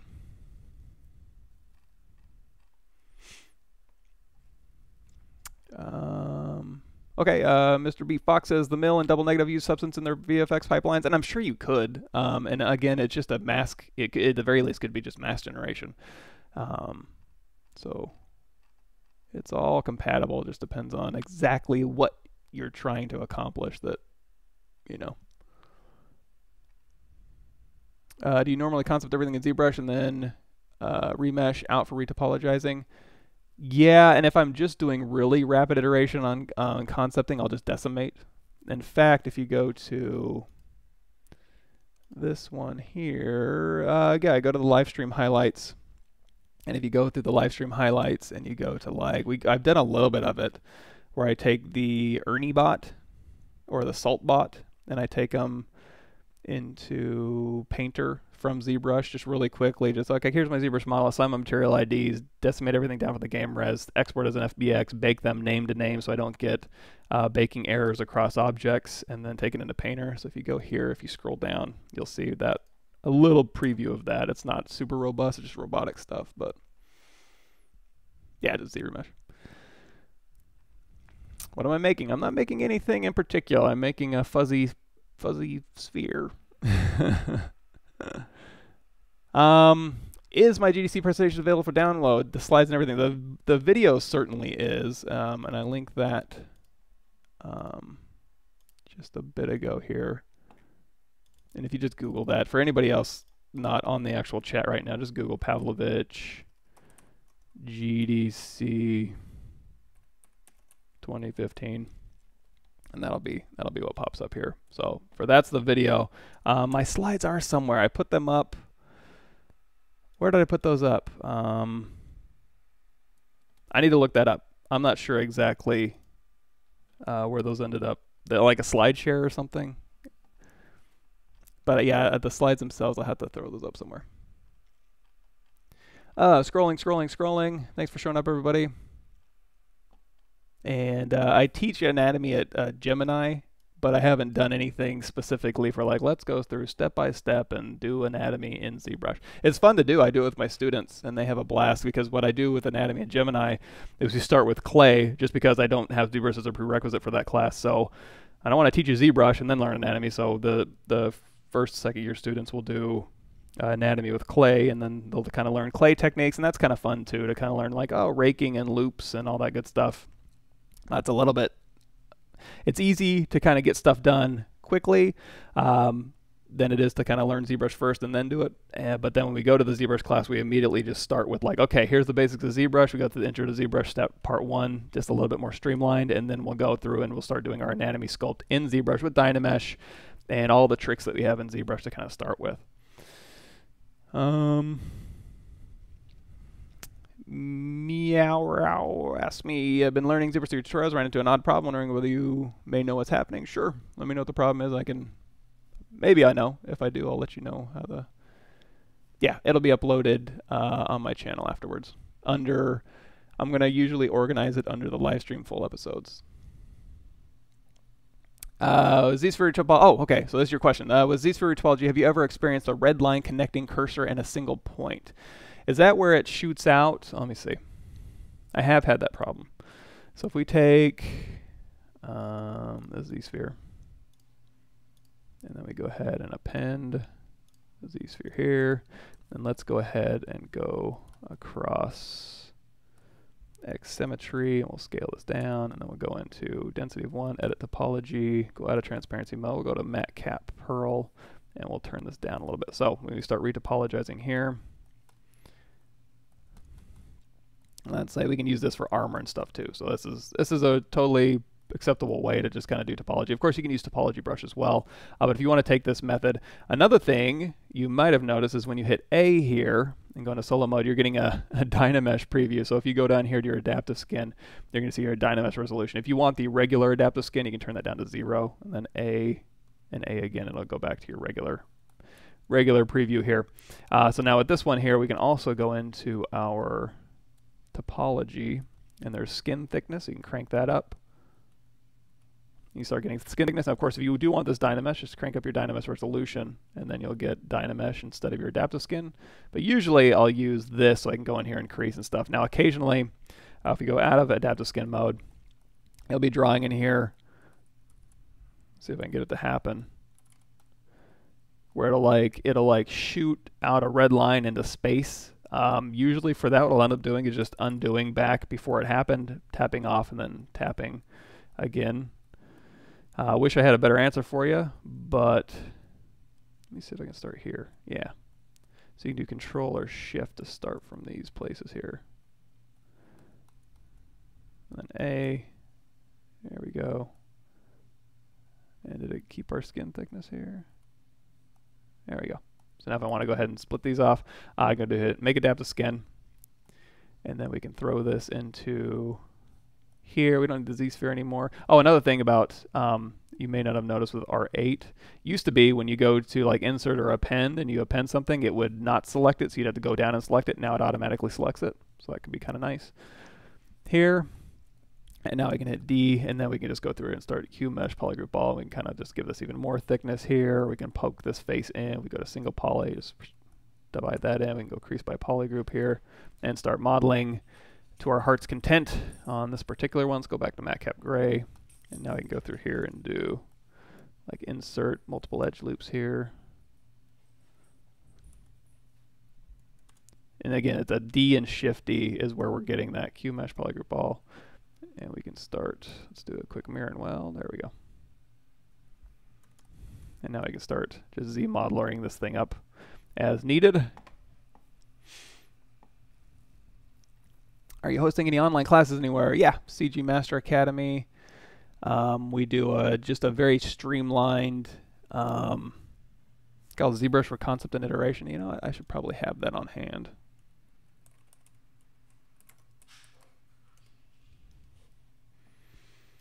Yeah, under electives here. Let me send you to this one.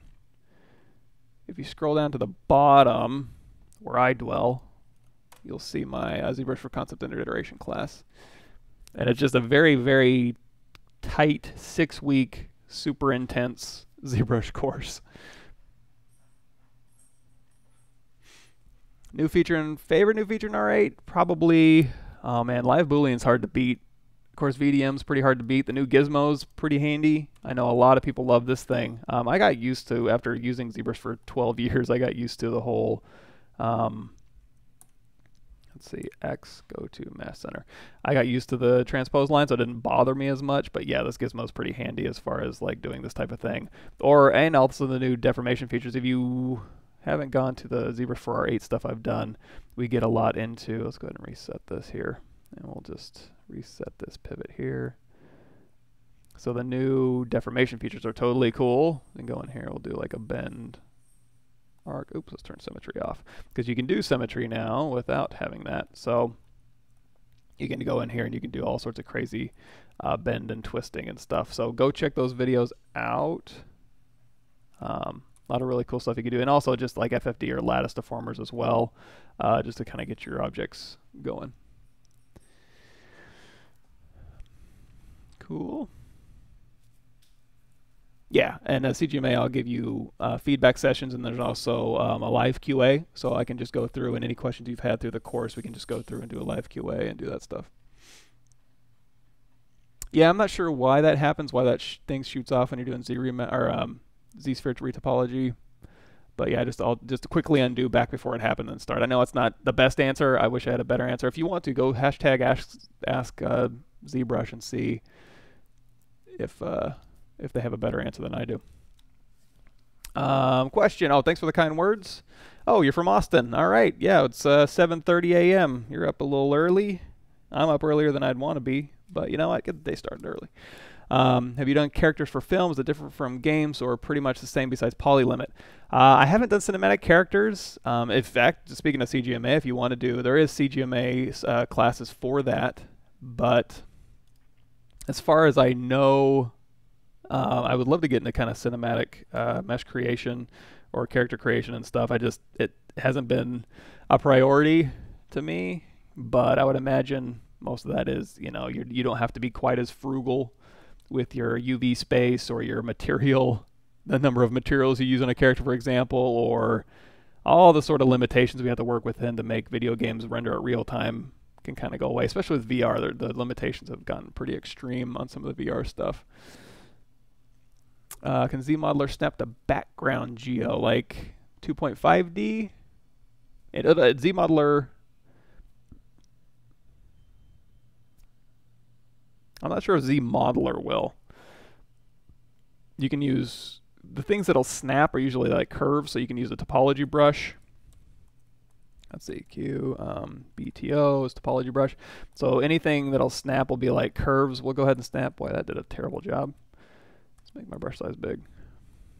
Don't go too fast. There we go. You can use topology brush to kind of snap. You can use ZModeler. I'm not sure if it has like live snapping capabilities unless you're using curves. I'm trying to think what else would snap to underlying meshes. Off the top of my head, and then not necessarily, my brain isn't necessarily working that great right now. I'll be honest with you. I'm a little sleepy. Let's go ahead and split mask points here. So now we can go ahead and continue refining this one. We can go here, so we'll do Shift D, and then we'll tag these ones and pull these out. Tag this one, pull it out, and then we can go through here and like do a quick crease tolerance here, and then go through here and we'll like uncrease this one. So now we're getting that kind of look, but we want to crease this one. Oh, another thing too, when you're painting a bunch of polygroups here that I found useful, it's like, say, okay, I'm holding down Alt and I want to paint a polygroup here. So instead of holding it over the face and polygroup a single poly and going beep, bop, boop, beep, beep, boop, it's a lot easier just to hold down Alt and paint, and then let go of Alt, it'll paint that polygroup. And then you can also use the functionality of, if you hold down Alt and start painting up here and then hold down Shift, it'll inherit that polygroup, so then you can just go through and like paint out where you want. Again, just holding down Alt and just kind of painting out where you want this one. Or holding down Alt, start painting, and then tap Alt to get a new polygroup. So you can just keep tapping as you're painting, and that'll give you a new polygroup. So now we can, like, again, hold down Alt and just start painting and then let go of Alt just to kind of get new polygroups in here. And then it's like, oh, you know what, I want that to be yellow. Well, it's already painting yellow, so just hold down Alt and start painting. Or, oh, you know what, I wanted this last line to be blue. Hold down Alt, start painting on the blue, hit Shift, and that'll inherit it, and then just continue painting over here. So just using this painting to kind of go through, the Alt painting to kind of go through and do that kind of stuff is really beneficial, I think, just to kind of quickly swap between your polygroups here.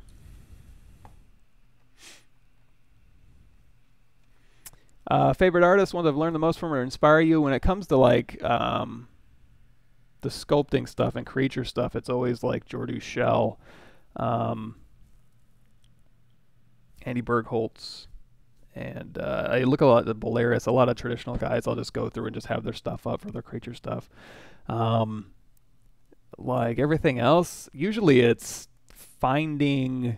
more technique based. I don't get overly inspired by anyone in particular. I'll go on ArtStation and I'll look at stuff. I don't really remember exactly who. I know, oh boy, this is going to be embarrassing because I don't remember all their names, but Mike Nash has some really cool stuff.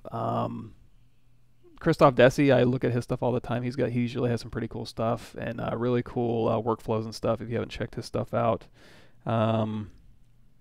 Top of my head, Tony Leonard has some really cool stuff and techniques. And also as far as techniques, Pablo Gomez has some really cool stuff on his ZBrush guides, and we'll be going through a lot of that stuff too. When we start going through MatCap materials, we're going to go through his comic stuff. So one of my live streams. Oh, speaking of, I'm not going to be here next week because it's my birthday and I'm going to be out and about. So my live stream. Well, am I going to? You know what? I might be here for my live stream. Let me look at the calendar real quick. Today is June. My birthday is on the 4th of July, so Tuesday.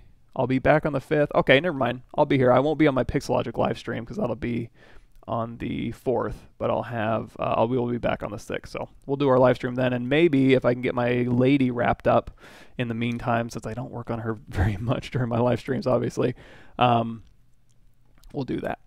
Append and insert is append is going to throw it down at the bottom. So if I want to append a star or a helix, I can append it, it'll throw it at the bottom. If I want to insert a helix, it'll throw it right underneath. So this is useful if you want to like play with just these two.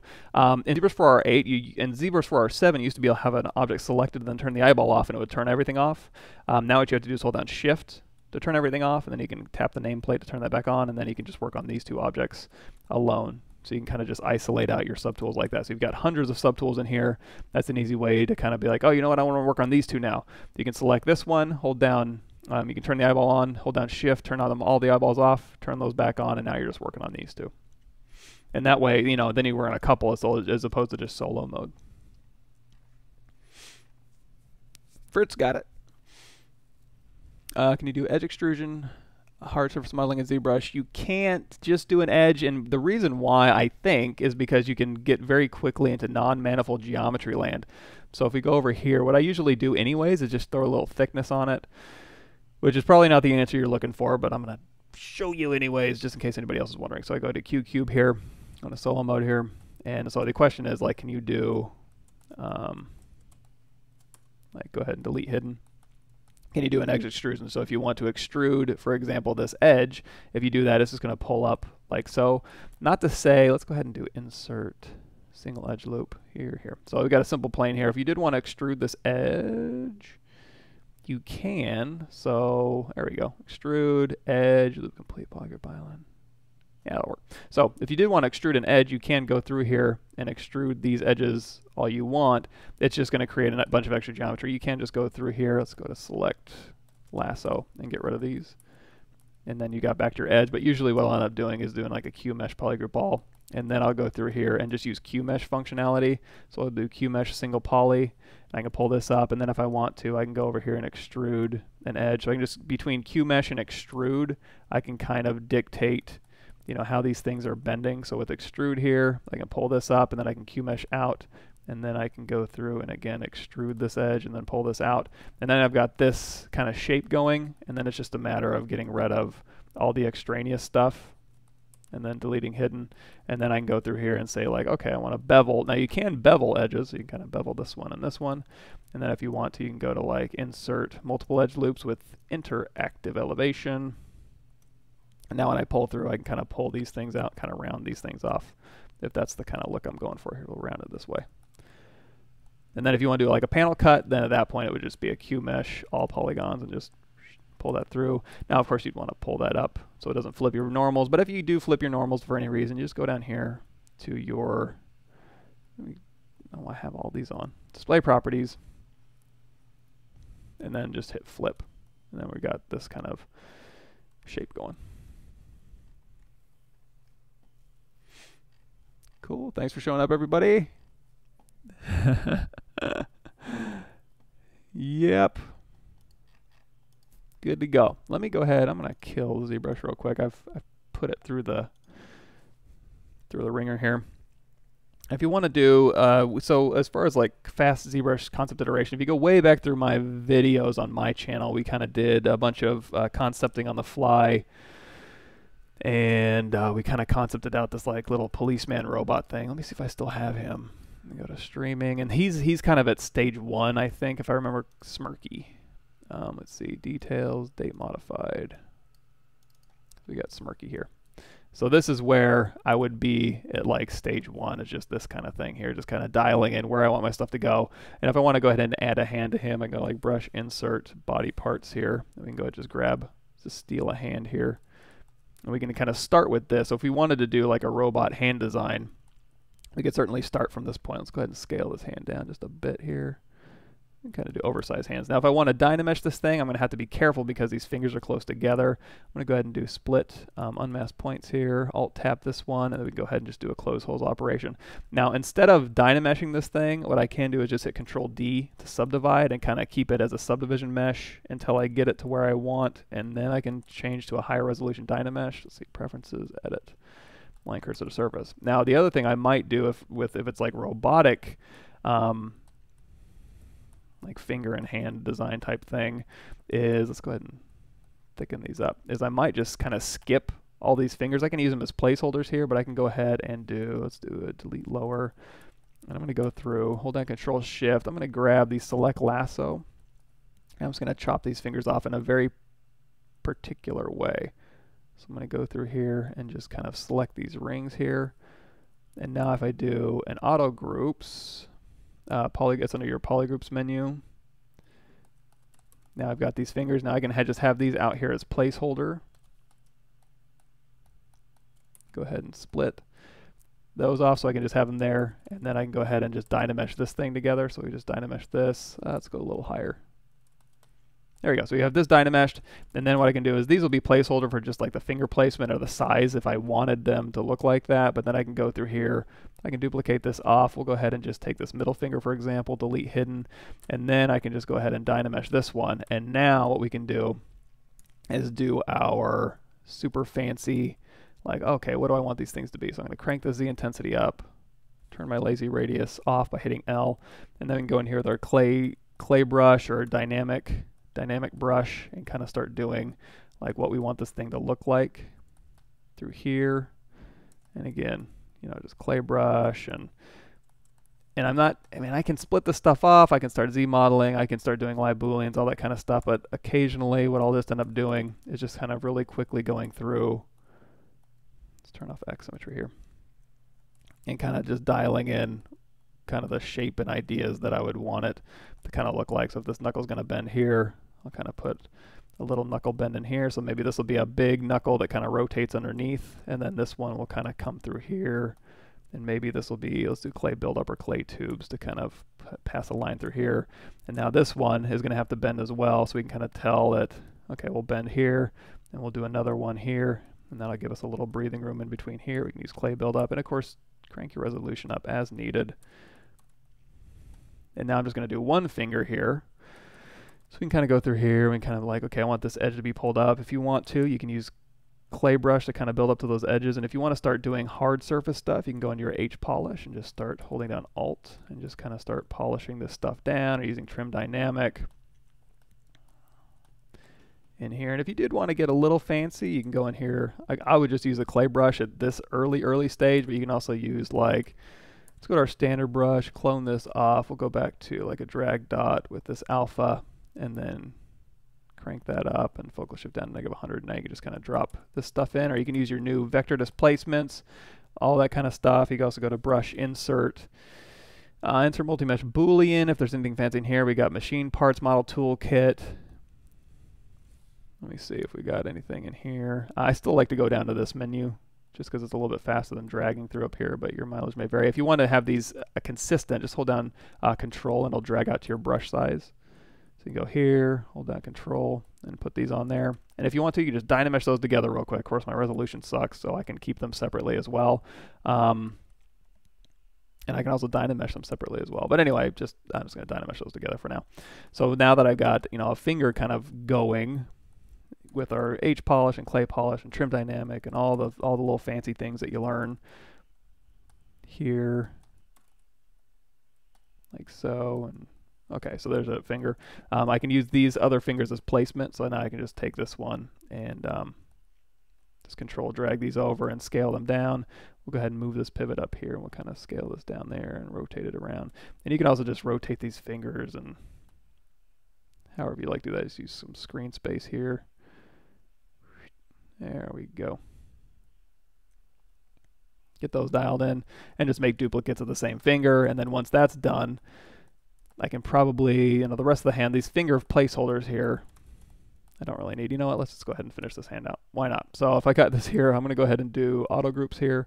We can go ahead and hit W, Control tap this polygroup, and then that'll just isolate that one. And now we can go through here and just really quickly kind of move this into place here and scale it down. Rotate it out so these things aren't penetrating, hopefully. And then again, Control drag here. We'll go ahead and again, the reason I kept those fingers originally is just for their placeholder, just so I know where I want to position these fingers later. So let's say that's the hand we want. We don't need those finger placeholders anymore. wherever those are. Let's see, we can just alt tap them. So alt tap, there we go.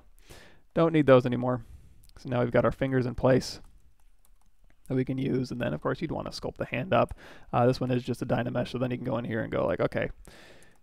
And you can do it per knuckle. Oh, another thing you can do is you can sculpt out a knuckle and then use nanomesh planes to kind of duplicate these across as instances. That's a big kind of something fun you can do. But anyway, yeah, go ahead and sculpt all this out. Make it robots, just make it robots. And then all that kind of cool stuff. And then, oh, another cool thing, go to BC, brush chisel. You can go through here and you can just like cut in chisel lines. Now, of course, my resolution sucks, but if you do divide that up, you can kind of see, you can nice clean chisel lines. Now, if you don't want that artifact and go on, you're going to want to do a morph target, store morph target, we'll store a new one. And now when I go across, it'll be nice and clean. And the other cool thing about this is it'll pick up where your last stroke is, because in ZBrush 4.8, you now have lazy snap. So you can go through here and it'll snap to your last stroke. Now, if you want these to match up exactly, you're going to want to go into your tablet pressure or use your mouse. Crank that up, and now it'll be a nice even stroke, and then it'll snap. You don't even have to be that close. Like, see how I'll start like here, and it'll snap to the end? That's that lazy snap radius that's in there now. And of course, we can just cross back over and get nice, clean chisel lines there. But anyway, that's how I would do something like that. And again, it's super quick, super fun. Let me go ahead and just do a quick mirror and weld on these things here. Get on both sides. Hit X symmetry, there you go. Yeah, so now we can just go through here, and now we've got like a robot I can get into game. Just paint some materials on here. He's got beep boop beep hands and little Tyrannosaurus feet. So that's the kind of quick concept and iteration that I would normally do. And again, if I miss any comments over here, it's because I'm kind of going back and forth, so I apologize in advance.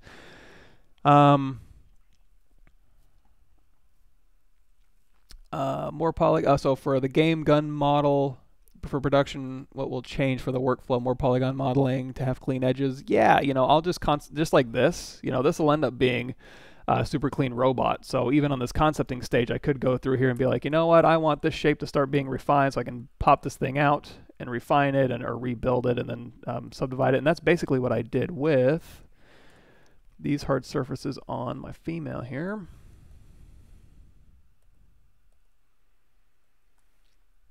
So this female right here is in the form refine stage. So there's no details yet. It's just a bunch of kind of blocked out forms. So like this thing, for example, all of this stuff is just the low res. So in fact, if I go over here to subtool and we do all low, that'll go through all my subtools and just change it to the lowest subdivision that I have for them. So you're going to see, also I need to turn off dynamic, because that's what's really creating the illusion of quality here. So you're going to see as I go through here and start hitting Shift D, all this stuff is just, used to be a kind of a blocky, goopy concept, and then I just went through and kind of rebuilt as needed using Z-Remesher or Z-Spheres or, you know, extrude and rebuild just to kind of get these basic shapes. And then I can go through and crease. So like something as simple as this one, you know, I can go ahead and have it look nice and creased. And let's go ahead and do our crease level at 3 and our smooth sub does a 4. So this will be like, okay, that's my base mesh, right? And then at this point, I could use my live booleans, or I could dynamesh this thing and continue concepting with it and rebuilding again. Or I can just take this and start doing my live booleans or slicing or Z-modeler stuff to kind of get any sort of weirdo stuff that I want to do. And again, this geometry is not that good, so I could go here and clean up some of this stuff, collapsing edges and stuff. But if I did want to do just some Z-modeler stuff, we could go into like here on the side, and boy, this is just a mangled mess, isn't it? Let's go ahead and clean this up a little bit. So we can hold down Shift and kind of smooth and average some of these vertices out. Use our move brush here, and then if I wanted to, say, put in any sort of details here, I could go in here and just like split an edge loop, or I can go and like split a point and just kind of split 2 points here, and then I can go through. And if you want to do even point splitting, you just do one and then tap for the other one here, and then you can go through here and we'll go hover over face and we'll do like delete. I think I got this one from Joseph Druss, where we kind of, we'll use these to bridge, so we'll get a little bit more consistent smoothing along here. So if you go through here and then we just do like bridge edges here and kind of like bridge these things like so. And then if you want to do this one, you can just grab these little shapes here, and then you can go ahead and do like Q mesh, polygroup all, and then you can take this one and you can scale this one down. So now with this one, if we go into scale here, you can do scale polygroup all, and we'll do like local symmetry. Maybe we even need to turn that on and kind of just scale this down. And all these things should be creased here, although probably what I should have done originally was go ahead and do insert single edge loop.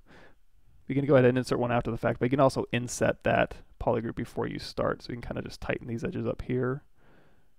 And I'm going to go ahead and I guess we can keep our creases, but you can kind of just start doing like Z-modeler stuff or kind of little details or whatever. Box modeling, Dynamesh, rebuilding, live Boolean. So if we want to go in here and do our live Boolean stuff, let's go ahead and just shoot that to the top and we'll turn everything else off. So we can go to BI brush insert, live Booleans here.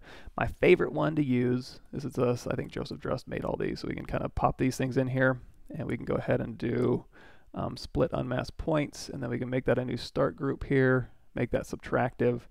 And now when we turn on our live Boolean here, you can see, oh, we got this on here. So now I've got hard surface detail. Oh, you know what? I don't want it there. So I go ahead and select it. I can move this thing around if I want to, or you know what? I want another copy of it. So I'm just going to control tap and just move this over, or I want multiple on here. So since this is already subtractive, I can just drag out another one over here, or I can switch it up and I can like drag one of these out. Or if I hit W, it'll select it, and then I can just cycle through and just pick another one. Like, what do I want? How do I want it positioned? What do I want it to look like? So again, just very, very quick to kind of get detail parts of this stuff done.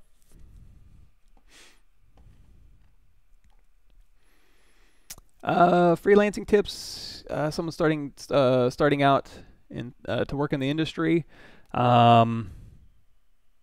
That's a good question.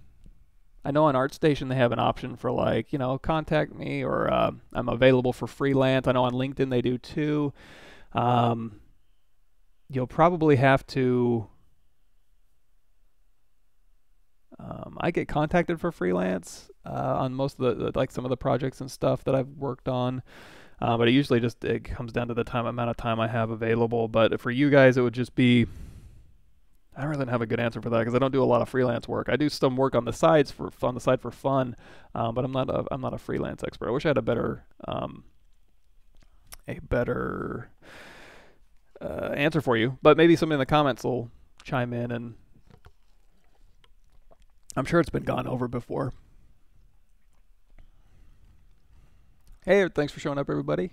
Keep saying that, but I do appreciate it. I hope this is helpful.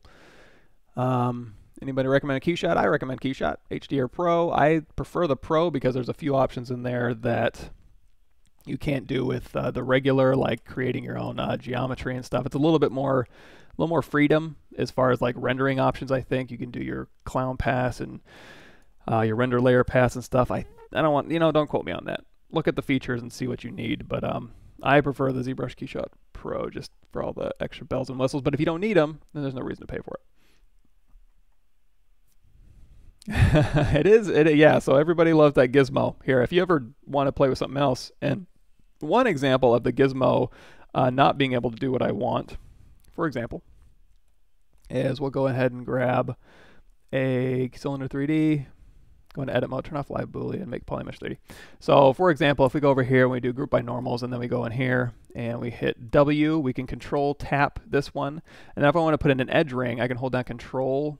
And instead of using Z-modeler, sometimes it's easier to, you can like hold down control and just bring out an edge loop like this. However, when I go into scale and hold down control, I can bring in an edge, but I can't bring in an edge ring. So that's where if I hit Y, I can use transpose modeling, which sometimes is a little bit more, is kind of fun to do. So you can do W, control. So you can kind of bring out transpose lines like this, and then you can hit E, and then you can hold down control, and then you can hold down control some more, and then W, you can kind of push this in. So you can do very quick transpose modeling. Sometimes it's a little bit faster and easier than Z-modeler sometimes, depending on what you're trying to do. But of course, you can always hop back into Z-modeler here, and then you can start beveling this stuff and going like insert, multiple edge loops, all the stuff we've shown you before with the interactive elevation. There we go. Go away. So you can kind of pull this up and down and around to get kind of the look you're going for. And then doing your creasing here, in this case, I'd probably just do like a crease here, crease tolerance, and just kind of dial that in, and then go in here and clean this up. So it's like, you know what, I did a crease tolerance, it grabbed these edges, don't want these ones. Then it's just a simple matter of going in here and creasing edge loop complete, holding down Alt, and kind of changing those creases here to kind of get those looks really quickly. Another cool, fun one is sometimes there's, I think Paul Gabriel, I saw this on Paul Gabriel's, like, oh, I totally didn't even know that. So under polygroup here, there's a checker option. So if you do polygroup all checker, you can just turn this into a checker pattern, and then you can go through here and do like, okay, Q mesh. Actually, let's do the checker pattern. Let's see, Q mesh, polygroup all checker. I'm gonna tap Alt to make sure I'm getting a brand new polygroup here. So then I can go to inset polygroup all. I can just grab all of these polygroups here.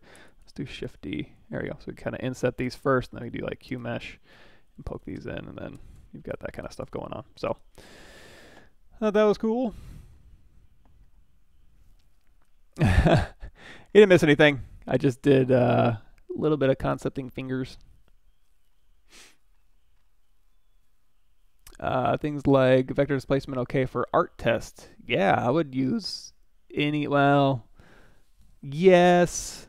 It's saying, I guess that kind of gets into the thing of like kit bashing, where it's like, well, if I take somebody's kit bash library and take their pieces and just jumble, like shake it into a shape, how much of that work did I actually do? You know, so that can get kind of in a gray area. I know a lot of places do use kit bash libraries, or you create your own kit bash libraries that everybody uses. It's just faster and easier to go through and work like that. But yeah, you're on an art test. If they notice something like, oh, that's Vitality's kit bash library, so what did you actually make here other than just moving his stuff around? That's probably a conversation you don't want to have. So start making your own kit bash library. It's not rocket science. I know it's easier said than done. I haven't done it. You know, I've got a few pieces here and there that I use, but that's something I also need to do, to be fair. Malchior asks, when you go a complex character like this with this many subtools, how can you handle optimally the UV mapping? I'm always worried of what I would end up with. That just comes with just making a bunch of characters. On DC Universe Online, I made like, not necessarily all characters, but tons of armor and stuff. The more you do it, the more you go and just be like, okay, I've got all these pieces. You're just basically going to merge the pieces together that you want, or divide them up into subtool groups so that you can just show them and then retopologize them, or decimate them down, retopologize them wherever you want in whatever program you want. If you want to use 3D Code or Tobogun or Maya Max, Modo, they've all got great topology tools. So once you've done that, and then you'll have those parts to bake to. It's a labor-intensive process. It's production work, which isn't fun all the time, but it's not rocket science. It's just a little bit more work, in my opinion. It's not. I don't know. You're like, again, your mileage may vary. You might love doing that kind of stuff. But just do it. Just go through the steps. I don't have like a character one. In my reptile creature series on Gumroad here, I go through a lot of different UV options, but it's a very simple version. It's just a creature. So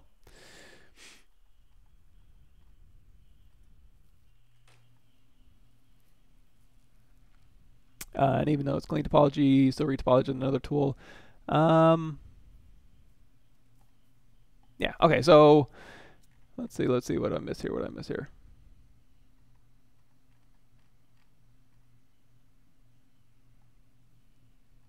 Yeah, also that's a good point. It's for using the Pro for animation and turnarounds. Also, another cheap alternative is Octane. I use Octane Render sometimes, and that's very, very cheap. And that's the GPU render. So if you've got GPU stacked in your computer, it'll use. I've seen the Octane Render on like 4 Titans, and it's like instant rendering. So that could be another option. It's not one button push out of ZBrush, but you can probably write something that'll do that. Yeah, the render layers in the Pro, I think. For making textures, I'll just use Substance Painter. If you want more on that, you can go here to my live stream playlist, and we go through a bunch of Painter stuff. Probably not today because it's 7:59, which means I have to leave. So let me answer these last few questions here, and then I got to head out. A nice way to connect 2 objects with keeping precise shape and preventing the intersection of geometry. Connect 2 objects and preventing the intersection.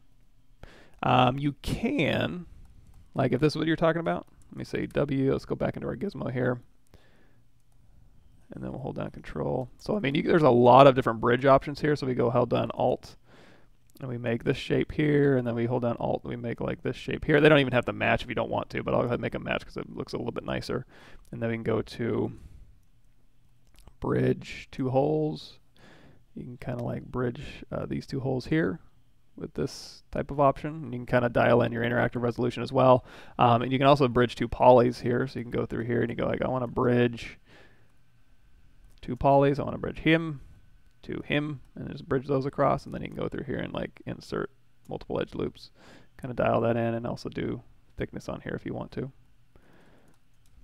So connecting 2 polys, there's a lot of different ways. Those are probably the most obvious ones, but there's a few more ways to kind of connect those two.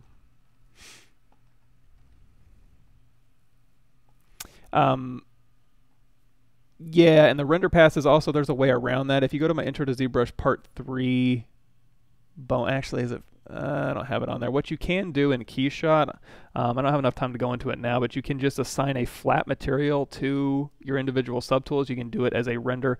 You know what? Let's just do it real quick. So give me 1 second. So we're going to go in here. We'll hit D for dynamic subdiv, and we'll go ahead and send this over to KeyShot real quick. So if you wanted to do the non-pro version of a clown pass, I did this when I didn't have the pro version. We've got our object in here. So what you can do is go over here to flat, and you can do like assign a flat grade of this one. Now if you don't want, oops, let me see, how do I not have these things? Oh, you know what? Okay, let's hop back to ZBrush here. Let's take this one, we'll go ahead and split. There we go. Now we'll send that back over.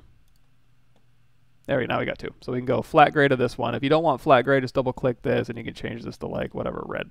And then if you take this one and drag it on, it'll be the same. But if you take this one and drag it on, this can be another one. So we'll make this blue. And now you can do, you know, there's your clown pass. So when you go to render, it'll just be completely flat. And if you don't want the environment messing around with your stuff, just change your environment color. You can also get rid of your shadows. So I think if you go to your lighting, self shadows, you can turn that off. Or also on these things, properties, where do you do the one where it's not casting a shadow on the floor? Also, if you want to catch your shadows, I hope it's maybe a pro one where you can throw in a ground plane. That'll give you a ground plane material that'll go ahead and act as a shadow catcher for you. You can do that on the pro one too. But yeah, you can just do a flat render that way. You don't have to worry about. In the pro one, you can go in here to render, and you can say turn on clown pass and stuff. It'll do that for you. But there's ways around it. Use something like Maya Max or all hardcore ZBrush modeling. I use Maya. It's been I started out on Max, and then I migrated to Maya in college, and then I've always used Maya in the pipeline, so it's nothing wrong with Max. I just ended up using Maya most of my career because that's what their pipelines were based around. Usually animation pipeline is dictating what we're getting in the engine, so I don't know any, but I shouldn't say that. A lot of places use Maya as their animation backbone for their pipeline, so I just ended up using Maya. Yeah, you do a ton of Maya modeling and stuff like that. So thanks for showing up, everybody. Hope that was somewhat worthwhile. We kind of went over some weirdo stuff, but you know, we modeled a weird can. That's fun. You know, a way to how to hide, mask, or next mesh along an x-axis. To hide, mask a next mesh along an x-axis. I'm not quite sure I follow that one. W. We have the x-axis left and right here. So masking along an x-axis, I mean, you can hold down control and just drag in that x direction. Can mask along an object. I'm probably misunderstanding the question. Same subtool along an x-axis. I mean, yeah, it would be drag along whichever axis you want. I'm not sure. Reformulate that question and hit me back up next Thursday or Tuesday morning, or email me. I'll email you back. Oh, okay. Okay, last one. So, tip for sculpting razor sharpened sword blades. I do have one real quick. If you go to my highlights here, I'll link you to my YouTube. It's my live stream highlights here. But if you go way down, there should be a sword one in there. It's not a great looking sword. There it is. Sword modeling. So we did a little bit of sword modeling here. There's a couple different techniques to kind of get blades going. So good luck, everybody. Thanks for showing up. Have a good day. I'm going to sign off, and I don't know. I guess I'll go lift so I can go through there. So let me go ahead and go here to OBS here. There we go. You guys have a good day.